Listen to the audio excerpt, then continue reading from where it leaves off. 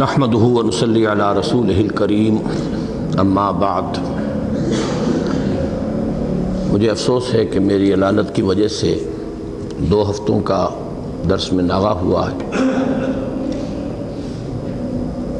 اللہ تعالیٰ سے دعا ہے کہ اب یہ سلسلہ بغیر کسی وقفے کے جاری رہے۔ ہم نے 2 نشستوں میں سورہ مدثر کی 30 آیات تک کا مطالعہ کر لیا تھا۔ جس طرح پچھلی مرتبہ آیات مبارکہ کی تلاوت قاری شاہد اسلام بٹ صاحب نے کی تھی، اسی طرح آج بھی وہ اپنی نہایت حسین قرأت میں آپ کو یہ آیات سنائیں گے۔ مناسب یہ ہے کہ وہ سأصلیہ سقر سے اپنی قرأت شروع کریں تاکہ مضمون کا سلسلہ جو ہے وہ اس کے ساتھ برقرار رہے۔ آیت نمبر 26 سے اس تلاوت کے بعد پھر جو بھی اللہ تعالیٰ کی توفیق سے میں عرض کر سکوں گا عرض کروں گا۔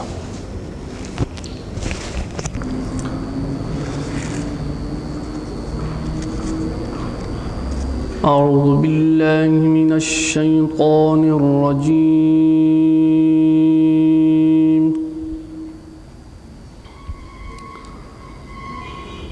بسم اللہ الرحمن الرحیم۔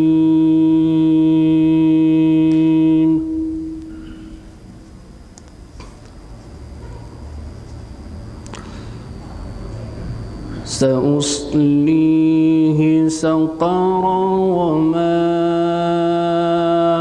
أدراك ما سقر،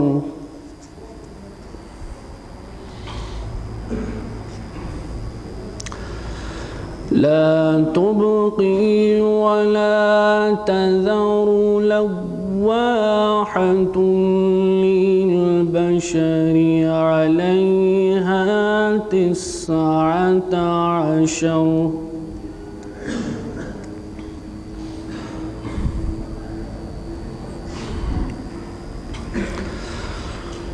وما جعلنا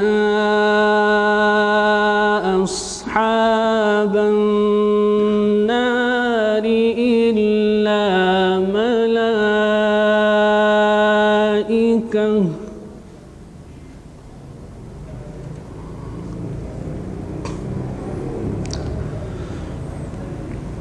وما جعلنا عدتهم إلا فتنة للذين كفروا ليستيقن الذين أوتوا الكتاب،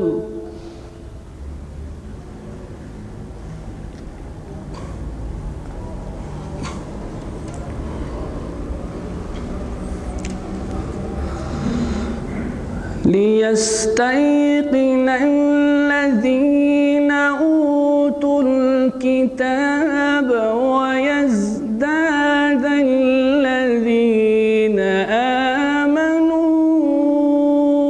إيمانا ولا يرتاب الذين أوتوا الكتاب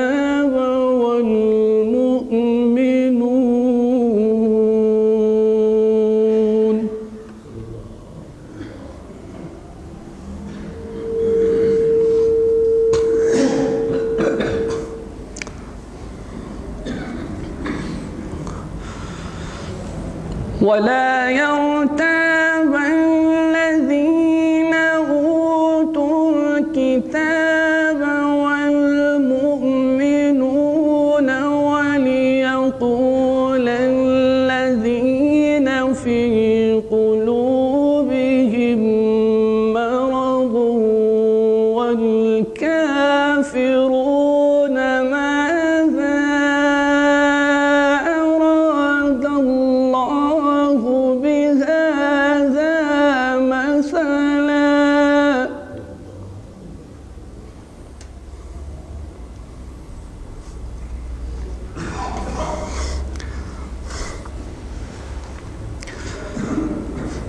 كذلك يضل الله من يشاء ويهدي من يشاء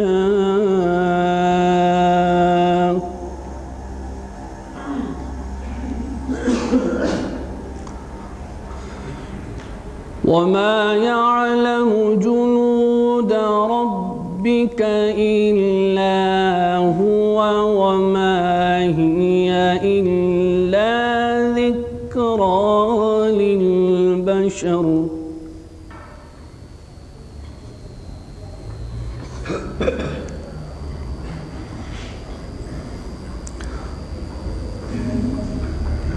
كلا والقمر والليل إذ أدبر والصبح إذا أسفر إنها لإحدى الكبر نذيرا للبشر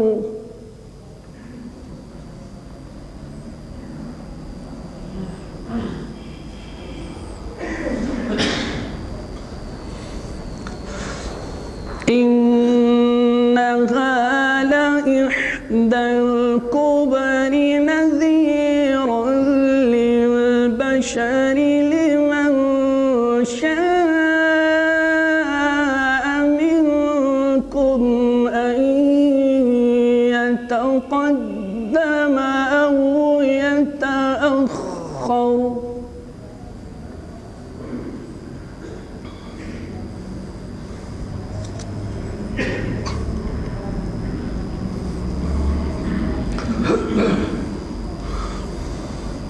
كل نفس بما كسبت رهينة إلا أصحاب اليمين في جنات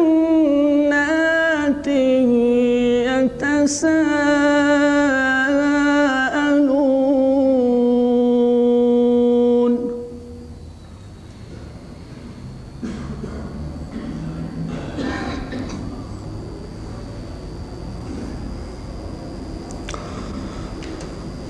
في جنات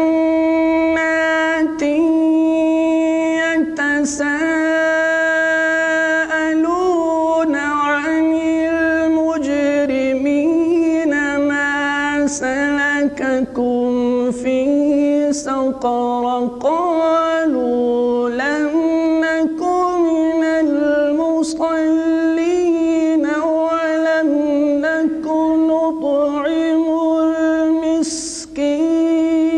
المسكين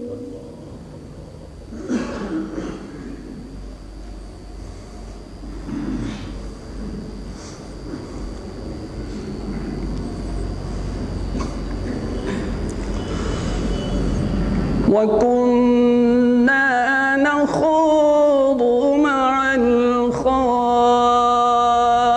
الخائضين وكنا نكذب بيوم الدين حتى أتانا اليقين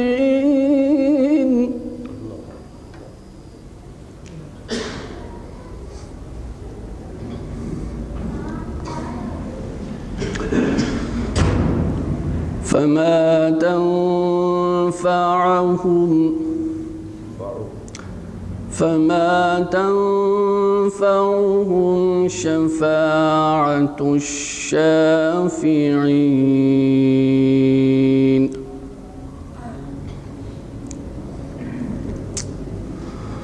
فما لهم عن التذكرة معرضين كأنهم حمر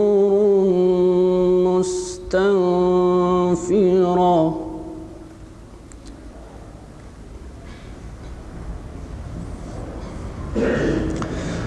فما لهم عن التذكرة معرضين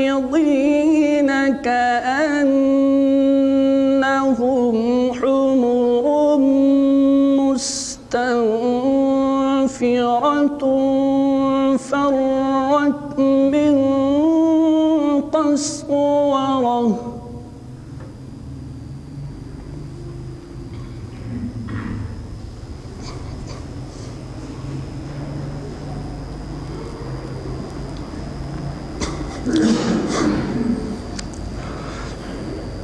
بل يريد كل امرئ منهم أن يؤتى صحفا منشرة كلا بل لا يخافون الآخرة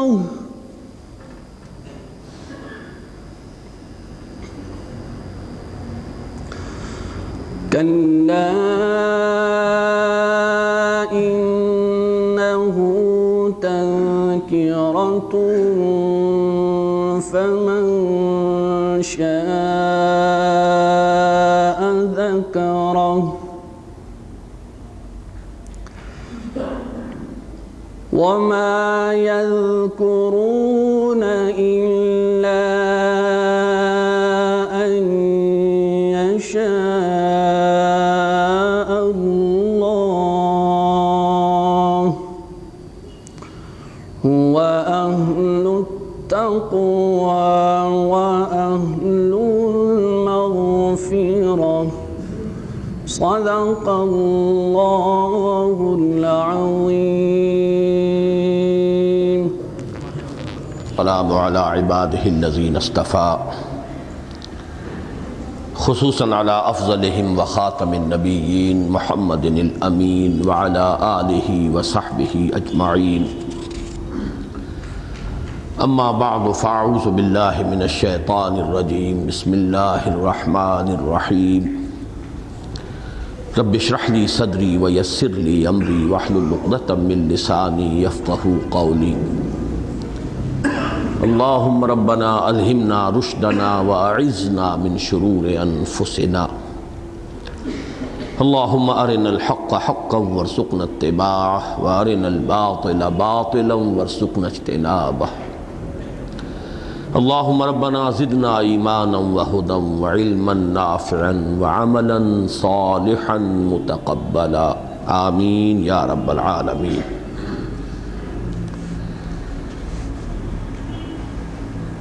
اس سے پہلے میں کئی مرتبہ عرض کر چکا ہوں کہ جو سب سے پہلی وحییں ہیں جو حضور پر ہوئی ہیں وہ جن صورتوں میں شامل ہیں ان کے بعض مضامین مشترک ہیں. سب سے پہلی وحی سورہ علق کی 5 آیات، اس میں مزید 14 آیات اور ہیں، کل 19 آیات پر مشتمل ہے سورہ علق. دوسری وحی سورہ نون کی 7 آیات، 50 سے زائد آیات پر مشتمل ہے، وہ سورہ مبارکہ ظاہر ہے، بقیہ آیات بعد میں نازل ہوئی. تیسری وحی سورہ مزمل کی ابتدائی آیات 7 یا 10، بقیہ صورت بعد میں نازل ہوئی ہے، جس میں سے آخری آیت جو ہے جو پورے دوسرے رکوع پر پھیلی ہوئی ہے اس کے بارے میں تو تیقن کے ساتھ معلوم ہے کہ وہ بعد میں نازل ہوئی. چوتھی وحی سورہ مدثر کی ابتدائی 7 آیات اور بقیہ 50 سے زائد ہی آیات اس سورہ مبارکہ کی بھی ہیں. ظاہر ہے کہ یہ آیات بعد میں نازل ہوئی، لیکن یہ کہ حسن ترتیب ایسا ہے اس میں کہ ان صورتوں میں مجموعی اعتبارات سے بھی نہ صرف وہ قدر مشترک ہے کہ ابتدائی آیات جو ہیں وہ ابتدائی وحیوں پر مشتمل ہیں، بلکہ بعض دوسرے مضامین بھی مشترک ہیں. مثلا ایک مضمون ایمان بالآخرہ، اس کے مختلف پہلو ہیں جو سورہ علق میں، سورہ نون میں، سورہ مزمل میں، سورہ مدثر میں آئے. میں اس وقت اس کے بارے میں تفصیل میں نہیں جاؤں گا. دوسرا مضمون جو قدر مشترک کے طور پر ہے وہ ہے مخالفین اور معاندین کے کردار کی وضاحت. اس کی میں آج قدر زیادہ تفصیل اس لیے کرنا چاہتا ہوں کہ میں نے دیکھا ہے کہ جدید مفسرین میں سے بالخصوص مولانا امین احسن اصلاحی صاحب نے اس معاملے میں بہت بڑی ٹھوکر کھائی ہے، اور چونکہ میرا ان کے ساتھ ایک تعلق ہے، ربط رہا ہے، میں نے ان سے استفادہ بھی کیا ہے، جہاں ان کی بات بہت اچھی معلوم ہوئی ہے اس کو بھی نمایاں کیا ہے، اسی کے منطقی تقاضے کے طور پر میں یہ بھی ریکارڈ پر لے آنا چاہتا ہوں کہ اس معاملے میں ان سے بہت بڑی خطا ہوئی۔ ان کا کچھ رجحان یہ بن گیا، کیوں بن گیا یہ میں نہیں جانتا، کہ انہوں نے ان تمام معاندین کو جنرلائز کرنے کی کوشش کی ہے کہ یہ کسی معین شخص کے بارے میں بات نہیں ہو رہی، بلکہ قریش کے سرداروں کے بارے میں مجموعی طور پر بات ہو رہی ہے۔ اس کے نتیجے میں حکمت قرآن کا ایک بہت اہم باب ہے جو کم سے کم ان کے معتقدین اور متوسلین کے لیے تو سر بمہر ہو گیا ہے کہ وہ ان کے لیے کبھی نہیں کھلے گا، جو انہیں حرف آخر سمجھتے ہیں تفسیر قرآن کے ضمن میں۔ ظاہر بات ہے، یہ فطری سی بات ہے، جو ان کے تلامذہ ہیں انہی کے ساتھ اٹھنا بیٹھنا ہے، انہی سے پڑھتے ہیں، انہی سے ان کا ذہن بنا ہے، تو ان کے لیے وہ گویا کہ دروازہ ہمیشہ کے لیے بند ہو گیا۔ اور وہ بہت اہم موضوع ہے اور بہت اہم باب ہے حکمت قرآنی کا۔ اس باب کا عنوان اپنے ذہن میں قائم کر لیجئے، وہ شعر جو میں نے بارہا آپ کو سنایا ہے، نہ ہر زن زنستو نہ ہر مرد مرد خدا پنج انگشت یکساں نہ کرد۔ اس شعر کو یہاں اس اعتبار سے اپنے ذہن میں ٹانک لیں کہ حضور صلی اللہ علیہ وسلم کی دعوت پر ایمان لانے والے بھی سب برابر نہ تھے، اور آپ پر ایمان لانے سے انکار کرنے والے بھی سب برابر نہ تھے۔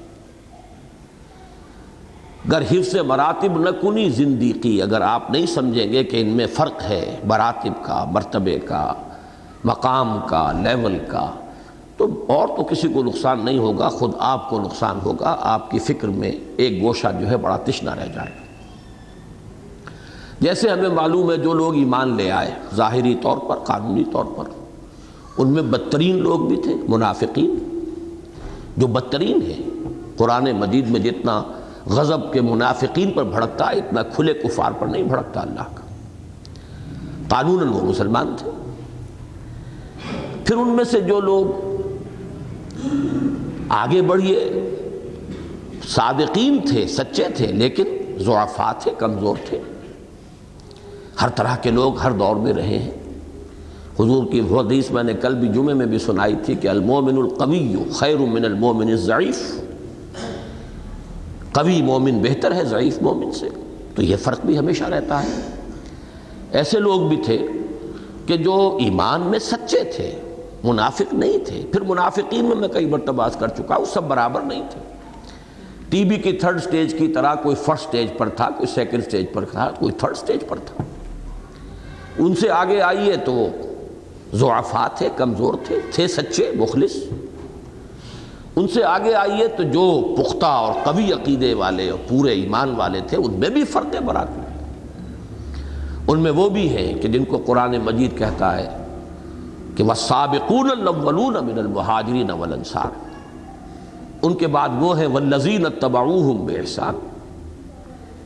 قرآن ان میں ایک اور فرق قائم کرتا ہے، وہ لوگ کہ جو فتح سے پہلے ایمان لائے اور جنہوں نے جہاد اور قتال کیا اور انفاق کیا، وہ درجے میں برابر نہیں ہے ان کے کہ جو بعد میں ایمان لائے۔ لا يستوي منكم من انفق من قبل الفتح وقاتل اولئك اعظم درجة من الذين انفقوا من بعد وقاتلوا وكلا وعد الله الحسنى والله بما تعملون خبير۔ تو یہاں پر بھی نہ معلوم کتنے مدارج ہیں، کتنے مراتب ہیں۔ اسی طریقے سے جو لوگ ایمان نہیں لائے، اب وہ قانوناً لائن کے اس طرف کھڑے ہیں، ان میں ایسے لوگ بھی ہیں جنہوں نے انتہائی تعاون کیا حضور کے ساتھ، ایمان تو نہیں لائے لیکن مخالف نہیں تھے، معاون تھے۔ اس طائفے اور اس گروہ میں سر خیل جو ہے ابو طالب ہے، آخری وقت تک ڈھال بنا رہا ایک شخص، پورے خاندان کی پشت پناہی جو ہے ابو طالب کے حوالے سے حضور کو حاصل رہی ہے۔ جب تک وہ زندہ رہے ہیں، قریش کو یہ فیصلہ کرنے کی ہمت نہیں ہوئی ہے کہ محمد کو قتل کر دیا جائے صلی اللہ علیہ وسلم۔ تو ایمان تو نہیں لائے، قانوناً تو دائرے سے باہر کھڑے ہیں، لیکن موافق ہیں، مخالف نہیں ہیں، معاون ہیں۔ پھر جو ان میں سے مخالفین تھے، اب ان میں 3 درجے ہیں، ان کو ذہن میں رکھیے۔ ان میں بھی کچھ بہتر کردار کے لوگ بھی تھے۔ مثلا ان میں جو بہترین کردار ہے، ان میں اس کے لیے نمائندہ ہے ابو جہل۔ یہ بات بڑی عجیب لگے گی لوگوں کو، اور بڑی آسانی سے یہ کڑوی گولی حلق سے نیچے نہیں اترے گی کہ ابو جہل کے لیے بھی کوئی کلمہ خیر کوئی شخص کہہ سکتا ہے۔ مخالف انتہائی شدید، حضور کا دشمن، لیکن یہ کہ کچھ پہلو اس کی شخصیت میں خیر کے تھے۔ مثلا بخیل نہیں تھا۔ اس نے بات بھی کہی ہے تو یہ کہی ہے کہ ہماری اور بنو ہاشم کی مسابقت جاری تھی۔ صاف صاف کہا ہے کہ میں کیسے ایمان لے آؤں، جب اس نے اس سے پوچھا گیا کہ کیا تمہارے خیال میں محمد جھوٹ بولتے صلی اللہ علیہ وسلم؟ اس نے کہا نہیں، انہوں نے کبھی جھوٹ نہیں بولا۔ اتنی بڑی سچائی کی گواہی دے رہا ہے، دے تو بھی محمد کی صداقت کی گواہی، تو کم سے کم اس معیار پر تو ابو جہل بھی پورا اتر رہا ہے۔ پھر کیوں ایمان نہیں لاتے؟ اس نے کہا ہماری اور بنو ہاشم کی مسابقت تھی، مقابلہ تھا، انہوں نے کھانے کھلائے، ہم نے ان سے بڑھ کر کھلائے، انہوں نے فیاضیاں کی، ہم نے ان سے بڑھ کر کی، انہوں نے دسترخوان طویل کیے، ہم نے ان سے طویل کر دیے۔ اب اگر ان کی نبوت مان لے تو ہم تو ہمیشہ کو غلام ہو جائیں گے، یہ مجھے قبول نہیں۔ give the devil is due، اسے کم سے کم اس کی سچائی کا آپ کریڈٹ دیجیے۔ آئیں بائیں شائیں نہیں کیے، اس نے صاف صاف بات کر دی۔ وہ کردار ہے جو سورہ علق میں زیر بحث آیا ہے۔ دوسرا کردار، دوسری انتہا پر بدترین کردار، اب وہ مجھے آج جب سوچ رہا تھا تو ذہن میں آیا تھا، ہماری کولوکیل لینگویج جو ہے، یہ مغربی یوپی اور مشرقی پنجاب کی امبالہ ڈویژن کی کولوکیل اردو ایک ہے، گھریلو استعمال کی، اس میں کسی چیز کے انتہائی خیر سے خالی ہونے کے لیے ایک مثل ہوتی ہے۔ یعنی یوں سمجھیے کہ فضلے ہیں تو فضلہ گائے کا گوبر جو ہے وہ کسی نہ کسی کام تو آتا ہے، اس کو لیپنے کے کام میں لاتے ہیں، اس کا اپلا بناتے ہیں، جلاتے ہیں، تو فضلے بھی سب برابر نہیں ہیں۔ تو ہماری زبان میں کہا جاتا ہے گو در گو بلی کا گو، نہ لیپنے کا نہ پوتنے کا۔ یوں سمجھیے کہ اس کی بالکل مصداق جو ہے وہ ابو لہب کی شخصیت، بدترین انسان، بزدل بھی تھا، بخیل بھی تھا، خسیس بھی تھا، کمینہ بھی تھا، چور بھی تھا۔ اپنے معاشرے میں وہ چور مشہور تھا، غزال زریں کا چور۔ اس نے بیت اللہ کے بیت المال سے ایک کبھی چڑھایا گیا ہوگا کسی بڑے آدمی نے، ایک ہرن، سونے کا بنا ہوا ہرن، وہ چڑھا دیا، وہ اب اس کے خزانے میں تھا، وہاں سے چرا لیا۔ مشہور تھا یہ، جیسے ایک زمانے میں صدر ایوب صاحب کے دور میں ہمارے ہاں ایک صاحب کے نام کے ساتھ لگ گیا تھا چینی چور۔ یہ کچھ شخصیتوں کے ساتھ معاشرے میں، اب وہ صحیح ہوتا ہے غلط ہوتا ہے اس سے بحث نہیں ہے، لیکن یہ کہ لگ جاتا ہے، تو ایسے ہی یہ شخص اپنے معاشرے میں بدنام تھا، یعنی کوئی خیر سرے سے نہیں۔ بزدل اتنا تھا کہ جنگ بدر میں جانے کی ہمت نہیں کر سکا، اپنی جگہ پر 2 مرسنریز بھیج دیے تھے، 2 کرائے کے سپاہی، لو بھائی میری جگہ یہ، پیسے تو تھے اس کے پاس، خود جانے کی ہمت نہیں کر سکا۔ اس کا تقابل کیجئے ابو جہل سے کہ ڈٹ کر مقابلے میں آیا، اپنی جان دی ہے نظام باطل کے لیے، باطل عقائد کے لیے، لیکن یہ کہ جس طرف بھی تھا کھل کر تھا، صاف تھا، کھلم کھلا تھا، بدل و جان تھا، اس کے اندر کوئی منافقت اس پہلو سے نہیں تھی، سیدھا سیدھا کھلم کھلا۔ ان دونوں کا کے درمیان اب یہ جو دوسری شخصیت ہے جو میں نے دوسری انتہا کی بتائی، اس پر پورے قرآن مجید میں آپ کو معلوم ہے کہ پوری ایک سورت ایک شخص کے کردار پر ہے۔ تبت یدا ابی لہب وتب ما اغنی عنہ مالہ وما کسب سیصلی نارا ذات لہب وامرأتہ حمالۃ الحطب فی جیدہا حبل من مسد۔ اللہ کا غضب جو بھڑک رہا ہے، اس آیت کا تو صوتی آہنگ ہی ایسا ہے کہ لرزا دینے والا، تو اس پر ایک درمیان کا کردار ہوتا ہے۔ یہ درمیان کے کردار کو اچھی طرح سمجھ لیجئے، اصل میں سورہ نون اور سورہ مدثر، ان دونوں میں وہ درمیانی کردار ہے۔ یہ درمیانی کردار یوں سمجھیے کہ یہ کفر کے اندر کے منافق ہیں۔ یہ وہ کردار تھا کہ جس پر حق واضح ہو گیا، منکشف ہو گیا اور قبول کرنے کے قریب تک آ گیا۔ قسمت کی خوبی دیکھیے، ٹوٹی کہاں کمند، 2-4 ہاتھ جب کہ لبے بام رہ گیا۔ لیکن یہ کہ وہ جو سیادت اور چودراہٹ اس کی جو پاؤں میں بیڑی پڑی ہوئی تھی اس کی بنا پر وہ پھر وہاں سے محروم ہو گیا۔ انا یوفکون، کہاں سے اچکائے لیے جا رہے ہیں، کہاں سے پلٹائے جا رہے ہیں، کہاں تک یہ جا پہنچے تھے۔ یہ کردار وہ ہے جو ہمیشہ یہ چاہتا ہے ہر معاشرے کے اندر، جس کو آپ انگریزی میں آج کل تعبیر کرتے ہیں سٹیٹس کو۔ ہم تو یہ چاہتے ہیں کہ جو صورتحال ہے برقرار رہے، بابا یہ انقلاب کی بات نہ کرو، بس امن رہے۔ آپ کا سارا کاروباری طبقہ یہ چاہتا ہے بدترین یہاں پر آمریت ہو، اس سے کوئی بحث نہیں ہے، فضا ٹھیک ہونی چاہیے، کاروبار چلنا چاہیے، دھندا چلنا چاہیے، اللہ خیر سے۔ ہمیں اس سے غرض نہیں کوئی آمریت ہے کہ جمہوریت ہے کہ شیطنت ہے کہ کوئی اور ملکیت ہے، کوئی نہیں، امن ہو، سکون ہو، دھندا چلے، پیسہ بنے، اللہ اور خیر سے اللہ۔ یہ جو مہاجنی ذہنیت ہے جو ہر وقت مصلحت کو پیش نظر رکھتی ہے، ان کو اصل میں سب سے زیادہ تکلیف اس سے ہوتی تھی کہ یہ جو پولرائزیشن ہو رہی ہے یہ ہمارے لیے مصیبت بن جائے گی، ایک وقت میں ہمیں بھی طے کرنا پڑے گا یا ادھر یا ادھر۔ اور اس وقت انسان کے لیے ظاہر بات ہے کہ خود منافقین کا کردار بھی تو یہی تھا، لا الہ ہؤلاء ولا الہ ہؤلاء۔ وہ چاہتے تھے کہ ابھی دیکھو ذرا، تیل دیکھو، تیل کی دھار دیکھو، کیا پتہ کدھر کو یہ اونٹ کس کروٹ بیٹھتا ہے، اہل ایمان کو فتح ہوتی ہے یا ان کفار کو فتح ہوتی ہے، تو ذرا دونوں سے اپنے تعلقات رکھو، اگر ان کی جیت ہو جائے تو ان کے ساتھ، ان کی فتح ہو جائے تو ان کے ساتھ۔ تو جو منافقین کا کردار تھا مدینے میں، وہی کردار مکے میں ان لوگوں کا تھا جو حضور سے بھی ملتے تھے، اچھی باتیں بھی کرتے تھے، چکنی چپڑی باتیں بھی کرتے تھے، خیر خواہی کے انداز میں آپ سے کہتے تھے دیکھیے محمد اتنی بھی سختی نہیں اچھی، اتنی ریجیڈیٹی بھی مناسب نہیں ہے، آپ تو بالکل ہی ان کمپرومائزنگ ہو رہے ہیں، آخر حالات کو دیکھیے، کچھ لے دے کر بات کر لیں، کچھ ان کی بات مان لیں، کچھ اپنی بات منوا لیں۔ اس طریقے سے یہ لڑائی جھگڑا دنگا فساد جو ہے یہ کوئی اچھی بات نہیں ہے۔ یہ انداز ہے در حقیقت، اور اس کا سرے گروہ، اس کا نمائندہ کردار جو ہے وہ ولید بن مغیرہ، جو یہاں تک پہنچ گیا کہ نہیں محمد کاہن نہیں ہے، نہیں محمد شاعر نہیں ہے، نہیں محمد جھوٹے نہیں ہیں، ساری چیزیں وہ کرتا جا رہا۔ ایک جگہ پر آ کر آخری سوال ہوا پھر کیا ہے؟ اب آخری مسئلہ تھا کہ یا تو وہ ایمان لائے یا پھر کوئی بہانہ تراشی۔ تو دیکھیے کتنا نقشہ کھینچا ہے، انہ فکر وقدر فقتل کیف قدر ثم قتل کیف قدر ثم نظر ثم عبس وبصر ثم ادبر واستکبر فقال ان ھذا الا سحر یوسر ان ھذا الا قول البشر ساصلیہ سقر وما ادراک ما سقر لا تبقی ولا تذر۔ اس کا اندرونی کانفلکٹ جو ہے، اندر جو اس کے تصادم ہے، ایک طرف مصلحت بینی ہے اور ایک طرف یہ کہ حقانیت جو منکشف ہو چکی ہے، کعبہ میرے پیچھے ہے، کلیسا میرے آگے ہے، ایمان مجھے روکے ہے تو کھینچے ہے مجھے کفر۔ یہ کشمکش ہے اندرونی کے جو اس وقت جس کا نقشہ قرآن نے اس خوبصورتی سے، اس فصاحت اور بلاغت سے الفاظ کے اندر ایک تصویر جو ہے کھینچ دی ہے، نقشہ بالکل سامنے آ گیا ہے۔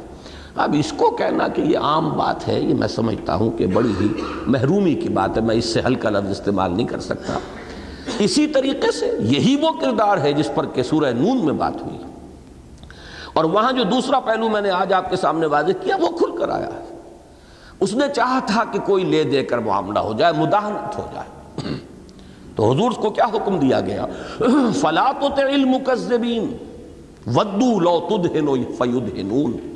اے نبی یہ چاہتے ہیں کہ آپ ذرا ڈھیلے پڑیں، یہ بھی ڈھیلے ہو جائیں، یہ لے دے کر مصالحت کرنا چاہتے ہیں، یہ چاہتے ہیں کہ کوئی نہ کوئی بارگین ہو جائے، کہیں نہ کہیں سیٹلمنٹ ہو جائے۔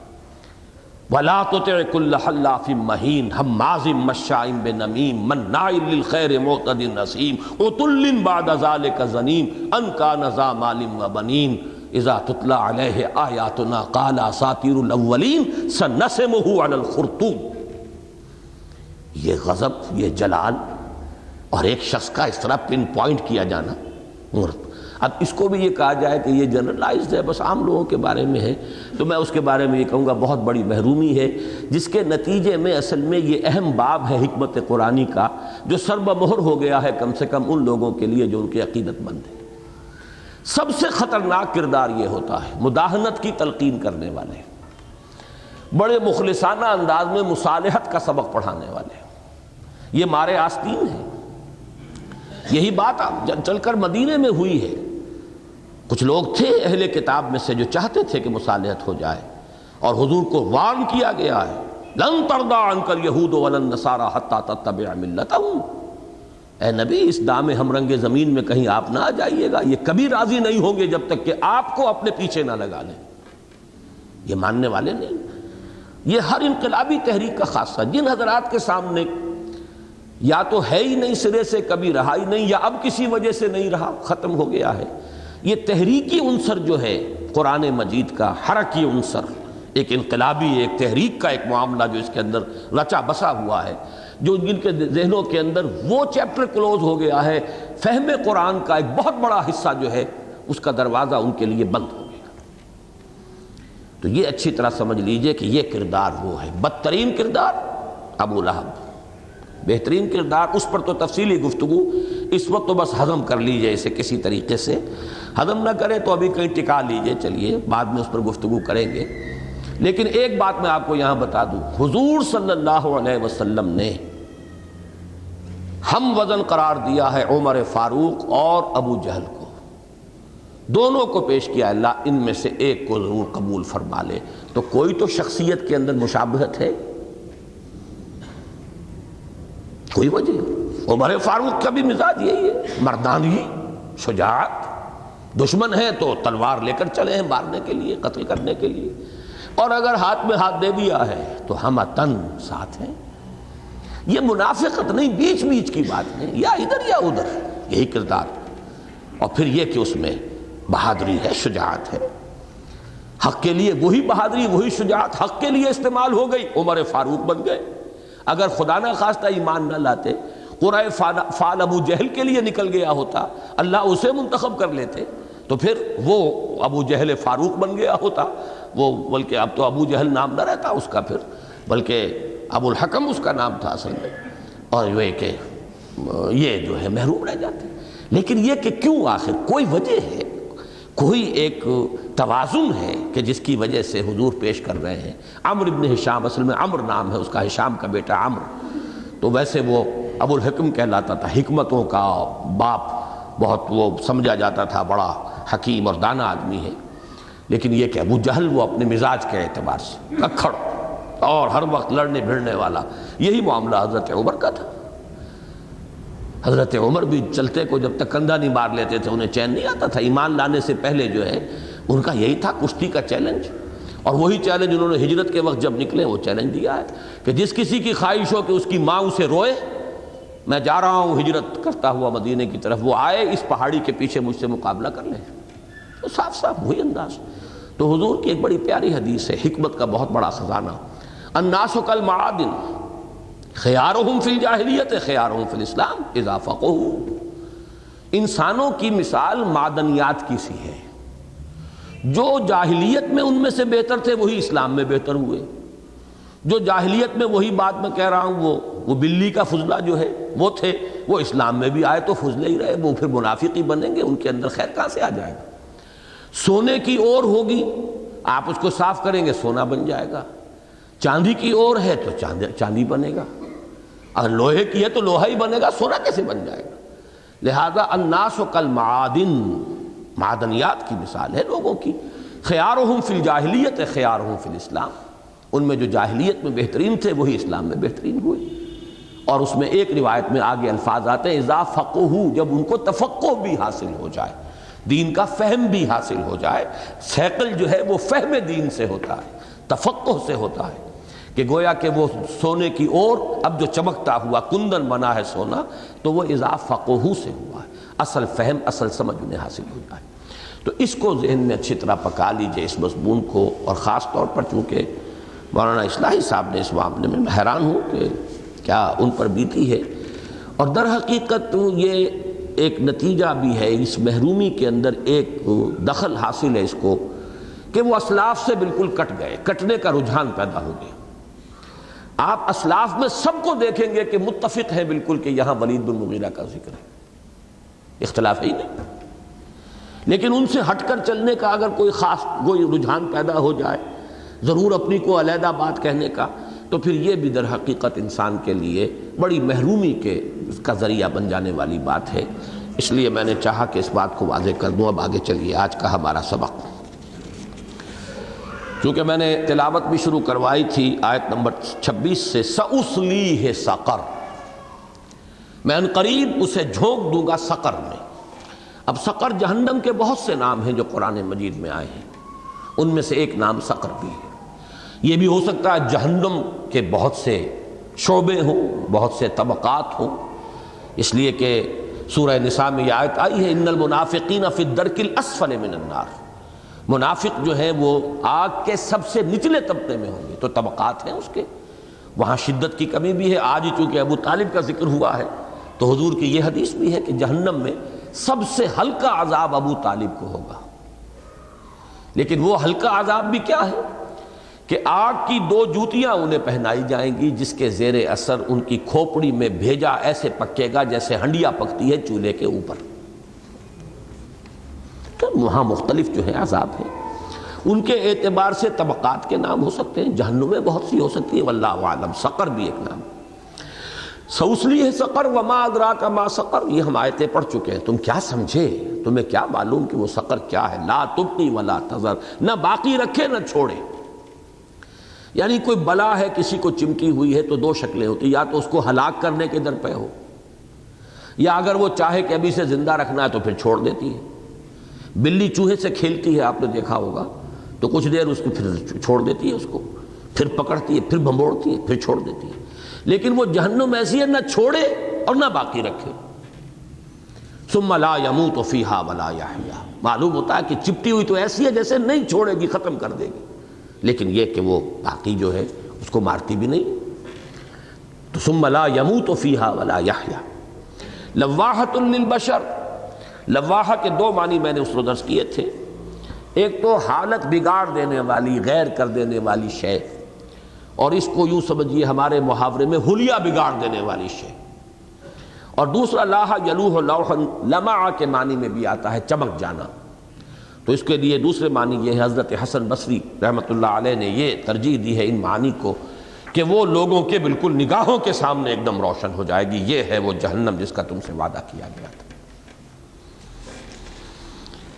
اب جو فرمایا علیہا 19، اس پر معمور ہیں، بلکہ لفظی ترجمہ میں نے کہا تھا، اب یاد آ رہا ہے کہ لفظی ترجمہ تو صرف یہ ہوگا اس پر ہے 19۔ مراد کیا ہے اس میں؟ اگر ہم درمیان میں خانہ پوری کریں گے کہ اس پر معمور ہیں 19 سرہنگ ہیں، 19 پہرے دار ہیں، 19 داروغہ ہیں، 19 دربان ہیں، یا 19 سردار ہیں۔ ہر سردار کے ساتھ ہزاروں کی ہو سکتا ہے کہ ریجمنٹ ہو، لیکن یہ کہ 19 کا ایک عدد یہاں پر آیا ہے بہت اختصار کے ساتھ، علیہا 19۔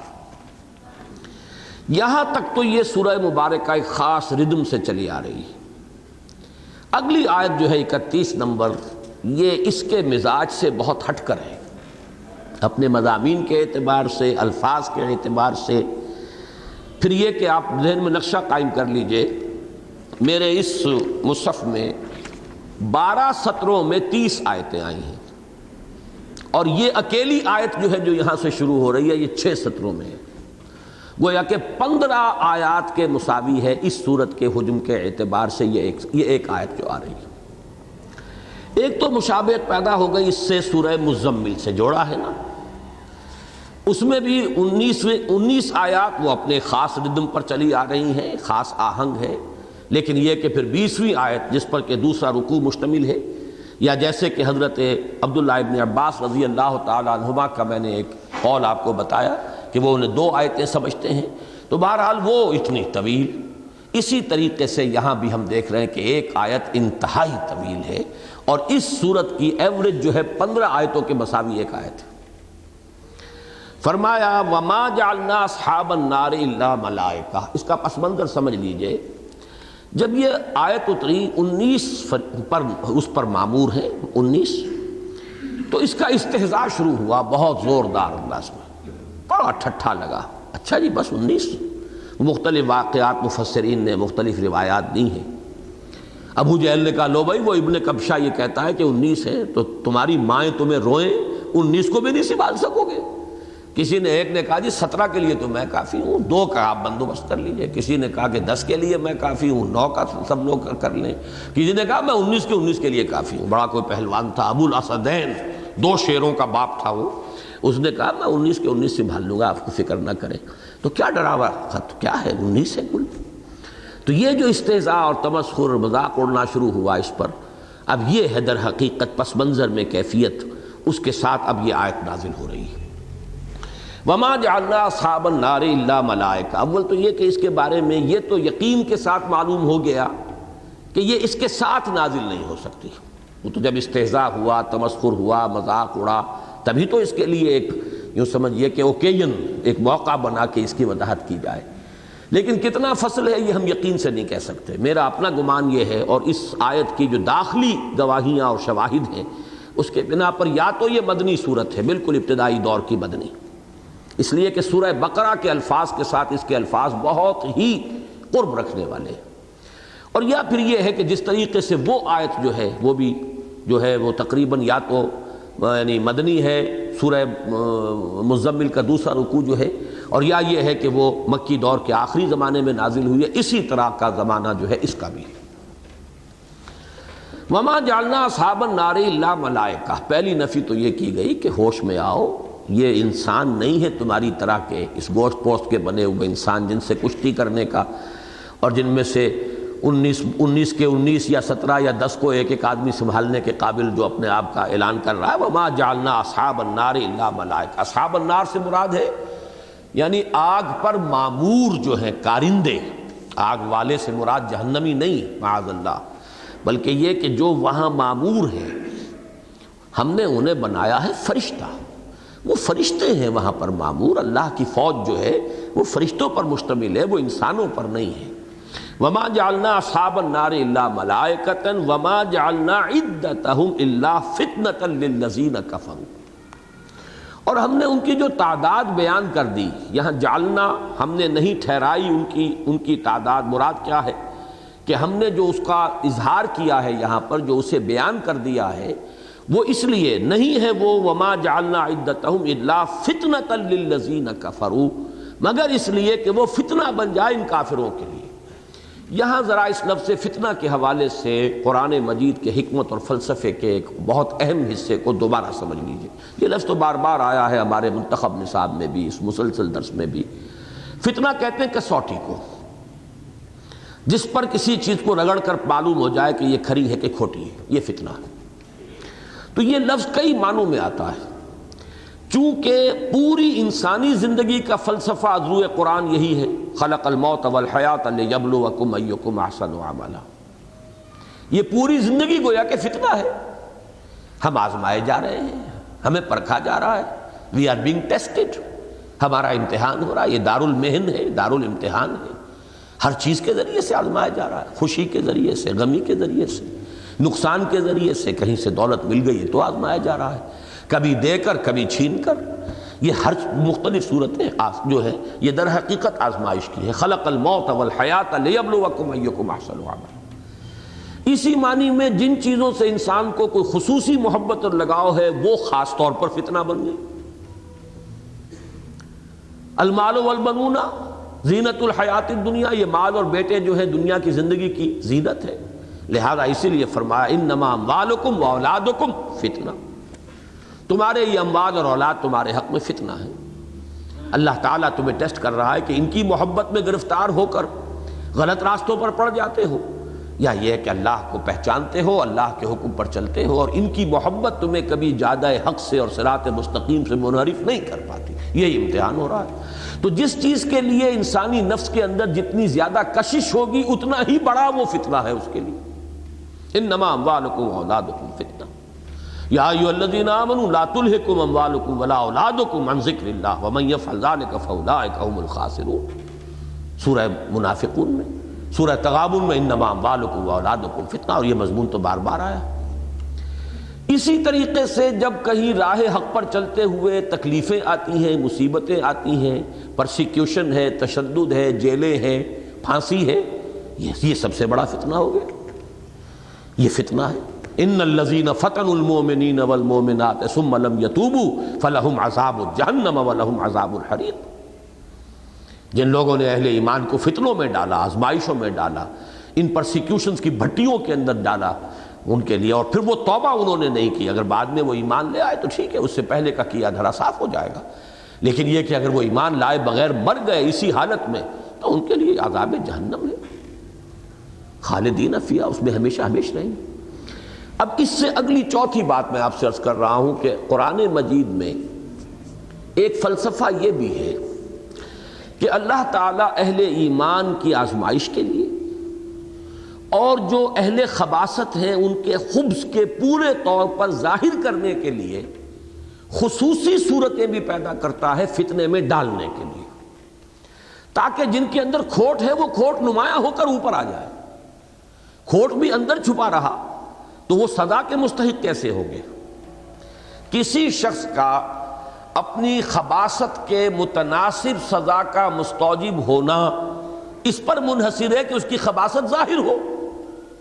اگر ایسے حالات پیدا ہی نہیں ہوتے کہ جس سے اس کی خباثت بتمام و کمال ظاہر ہو سکے تو سزا کا مستحق کیسے ہوگا؟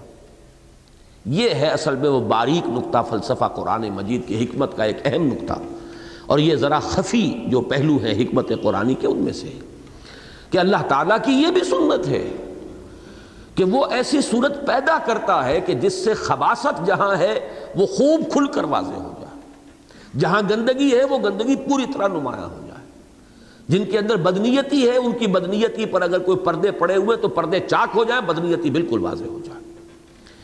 اس کے لیے ضربہ سنام جو ہے اس مضمون کے لیے قرآن مجید میں وہ سورہ انعام کی آیت ہے. سورہ انعام کا ایک بہت بڑا مضمون یہ ہے، اور اس پر بھی جو سورہ انعام کے شروع کے حصے میں آیت آئی ہے وہ ضربہ سنام ہے قرآن کا، اس موضوع پر چوٹی ہے.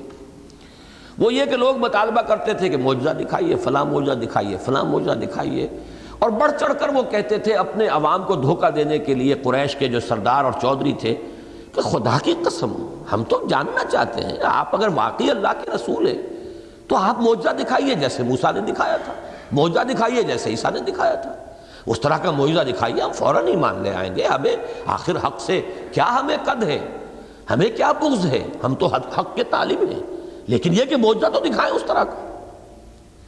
بات بڑی وزنی، 2 اور 2 4 کی طرح جڑی ہوئی. وہ جو اقبال کا شعر ہے کہ محکوم ہے بیگانہ اخلاص و مروت، ہر چند کے منطق کی دلیلوں میں ہے چالاک. منطق کی دلیل تو بالکل صحیح ہے بھئی، آپ دعویٰ کر رہے ہیں کہ آپ رسول ہیں، اسی سلسلے کی ایک کڑی ہے جس سلسلے کی کڑی موسیٰ تھے، عیسیٰ تھے، اونٹ تھے، صالح تھے. صالح نے ایک سموچی اونٹنی جو ہے وہ ایک چٹان میں سے برآمد کر دی تھی کہ نہیں؟ آپ کوئی ہمیں یہاں پہ فوراً چشمہ جاری کر کے دکھا دیجیے. آخر موسیٰ کے ہاتھ کا عصا جو ہے سانپ بنتا تھا کہ نہیں بنتا تھا؟ آپ بھی کوئی ایسا کام کر کے دکھائیے. آپ ہم پر کتاب لے کر نازل ہو، آسمان سے اترتے ہوئے نظر آئیں، ہم مان لیں گے. یہ ساری بات سورہ بنی اسرائیل کے اندر آئی ہے. وَقَالُوا لَن نُّؤْمِنَ لَكَ حَتَّىٰ تَفْجُرَ لَنَا مِنَ الْأَرْضِ يَنبُوعًا أَوْ تَكُونَ لَكَ جَنَّةٌ مِّن نَخِيلٍ وَعِنَبٍ فَتُفَجِّرَ الْأَنْهَارَ خِلَالَهَا تَفْجِيرًا أَوْ تُسْقِطَ السَّمَاءَ كَمَا زَعَمْتَ عَلَيْنَا كِسَفًا. یہ أَوْ تَكُونَ لَكَ جَنَّةٌ أَوْ زُخْرُفٍ، کوئی محل بن جائے آپ کے لیے سونے چاندی کا، یا یہ کہ یہاں پر کوئی چشمہ برآمد ہو جائے، یہاں ایک باغ آپ لہلہاتا ہوا کھجوروں کے درختوں کا اور انگوروں کی بیلوں کا فوراً مکے کے اندر پیدا کر دیجئے. یا یہ اور ترقیٰ فی السماء، یا آسمان میں چڑھ کے دکھائیں آپ ہمیں. وَلَن نُّؤْمِنَ لِرُقِيِّكَ، اور صرف چڑھنے کو بھی نہیں مانیں گے، حَتَّىٰ تُنَزِّلَ عَلَيْنَا كِتَابًا نَقْرَؤُهُ، جب تک کہ آپ خود وہ کتاب نازل نہ کریں ہم پر جس کو ہم خود پڑھ لیں اور ہاتھ لگا لیں ہاں کتاب ہے، یہ ہماری آنکھوں کے اوپر کوئی آپ نے نظر بندی نہیں کر دی ہے ہماری. یہ مطالبے تھے. دوسری طرف حضور سے اللہ تعالیٰ فرما رہا ہے نبی ایسا معجزہ ہم نے نہیں دکھانا. وہ دور گزر گیا، وہ انسان کے عہد طفولیت کا دور تھا ذہنی اور فکری اعتبار سے، جبکہ یہ اس طرح کی ہم چیزیں دکھاتے تھے. اب جسے ماننا ہے عقل کی آنکھ سے دیکھے اور مانے، نہیں ماننا دفع ہوتا. یہ معجزہ ہم نہیں دکھائیں گے، اس نوعیت کا معجزہ ہم نہیں دکھائیں گے. تو میں اس مقام پر جب میں گزرا ہوں مجھے یاد ہے میں نے کہا تھا چکی کے 2 پاٹوں کے درمیان آ گئے تھے محمد الرسول اللہ صلی اللہ علیہ وسلم. ان کے ایک پھپھی زاد بھائی کا قول امام راضی نے نقل کیا ہے، جو بڑا ان کا ہمدرد تھا، ایمان تو نہیں لایا تھا لیکن ساتھ بہت ہی جیسے ہوتے ہیں ہمدرد لوگ، رکن تو نہیں بنے، ہمدرد ہیں وہ متفق ہیں، وہ اس طرح کے لوگ ہوتے ہیں، تو وہ اس طرح کا متفق آدمی تھا، سپورٹر تھا حضور کا۔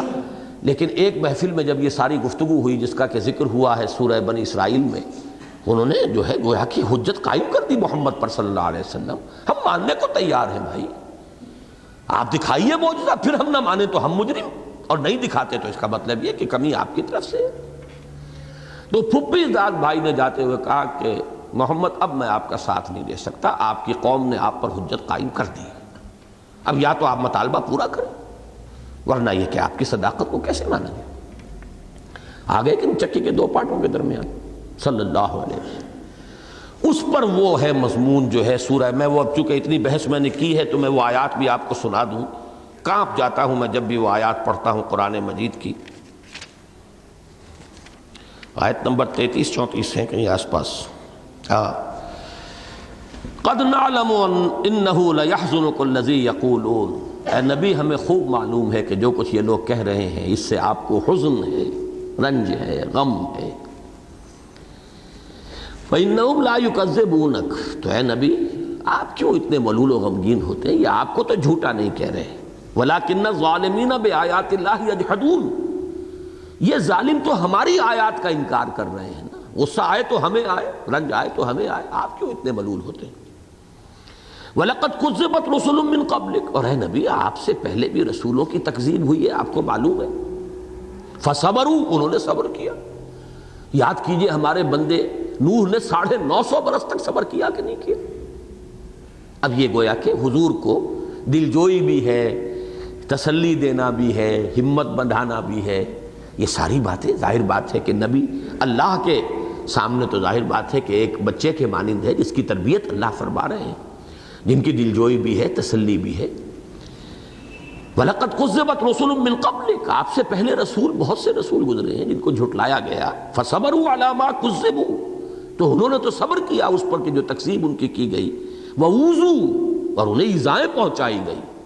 حَتَّىٰ أَتَاهُمْ نَصْرُنَا، یہاں تک کہ ان کے پاس ہماری مدد آ پہنچی۔ وَلَا مُبَدِّلَ لِكَلِمَاتِ اللَّهِ، اللہ کی باتوں کا، اللہ کے قانون کا، فطرت اللہ کا بدلنے والا کوئی نہیں ہے۔ وَلَقَدْ جَاءَكَ مِن نَّبَإِ الْمُرْسَلِينَ، اور آپ کے پاس رسولوں کی خبریں آ چکی ہیں، نوح کی خبر، ہود کی خبر، صالح کی خبر، لوط کی خبر، کیا یہ خبریں آپ تک ہم نے نہیں پہنچا دی؟ اس لیے کہ یہ سورہ انعام جو ہے اور اعراف یہ مکی دور کے آخری زمانے کی صورتیں ہیں، گویا کہ پورا مکی قرآن اس کا تقریب اکثر و بیشتر حصہ نازل ہو چکا تھا، جن میں یہ تمام جو ہے حالات و واقعات موجود ہیں۔ اگلی آیت ہے اس کا ضرب سنام، وَإِن كَانَ كَبُرَ عَلَيْكَ إِعْرَاضُهُمْ، اور اے نبی اگر آپ پر بہت ہی شاق گزر رہا ہے ان کا یہ اعراض اور انکار، بہت بھاری محسوس ہو رہا ہے، فَإِنِ اسْتَطَعْتَ أَن تَبْتَغِيَ نَفَقًا فِي الْأَرْضِ أَوْ سُلَّمًا فِي السَّمَاءِ فَتَأْتِيَهُم بِآيَةٍ، تو اگر آپ میں طاقت ہے تو کہیں زمین میں سرنگ لگا کر یا آسمان پر سیڑھی لگا کر لے آئیے کوئی نشانی آیت، ہم نے نہیں دکھانی۔ دیکھیے رفتہ رفتہ بات نرمی سے سختی کی طرف آئی ہے، آپ کو تھوڑی جھٹلا رہے ہیں، ہمیں جھٹلا رہے ہیں۔ پھر آپ نے ساری خبریں پڑھ لی ہیں، سارے رسولوں کے ساتھ یہ بات آئی ہے، بیتی ہے ان پر، انہوں نے صبر کیا۔ اب یہ کہ اگر بہت ہی بھاری گزر رہا ہے تو ہمارا فیصلہ تو یہی ہے کہ ہم تو نہیں دکھائیں گے، آپ میں طاقت ہے تو لے آئیے۔ وَلَوْ شَاءَ اللَّهُ لَجَمَعَهُمْ عَلَى الْهُدَىٰ فَلَا تَكُونَنَّ مِنَ الْجَاهِلِينَ، اگر اللہ کی مشیت یہی ہوتی تو وہ آنے واحد میں ان سب کو ہدایت پر لے آتا، اس کی قدرت سے کیا بعید ہے۔ تو اے نبی آپ جاہلوں میں سے نہ ہو، معاذ اللہ ثم معاذ اللہ ثم معاذ اللہ۔ یہ لفظ یا تو آیا حضرت نوح سے خطاب کرتے ہوئے، وَإِنِّي أَعِظُكَ أَن تَكُونَ مِنَ الْجَاهِلِينَ، جب انہوں نے اپنے بیٹے کے حق میں جو ڈوب گیا تھا سامنے، اس وقت جب فریاد کی ہے، یا یہاں آیا انما یستجیب الذین یسمعون، دعوت قبول وہی کریں گے، لبیک وہی کہیں گے جو سنتے ہیں۔ والموتى یبعثهم اللہ یوم القیامہ، یبعثهم اللہ ثم الیہ یرجعون، جو مردہ ہیں ان کو تو اللہ اب زندہ کرے گا قیامت کے دن، پھر اس کی طرف لوٹا دیے جائیں گے۔ یعنی جو یہ آپ سے ساری کٹ حجتی کر رہے ہیں، حقیقت میں روحانی طور پر یہ مر چکے ہیں، آپ ان کے بارے میں زیادہ دلگیر نہ ہو، زیادہ نہ سوچیں۔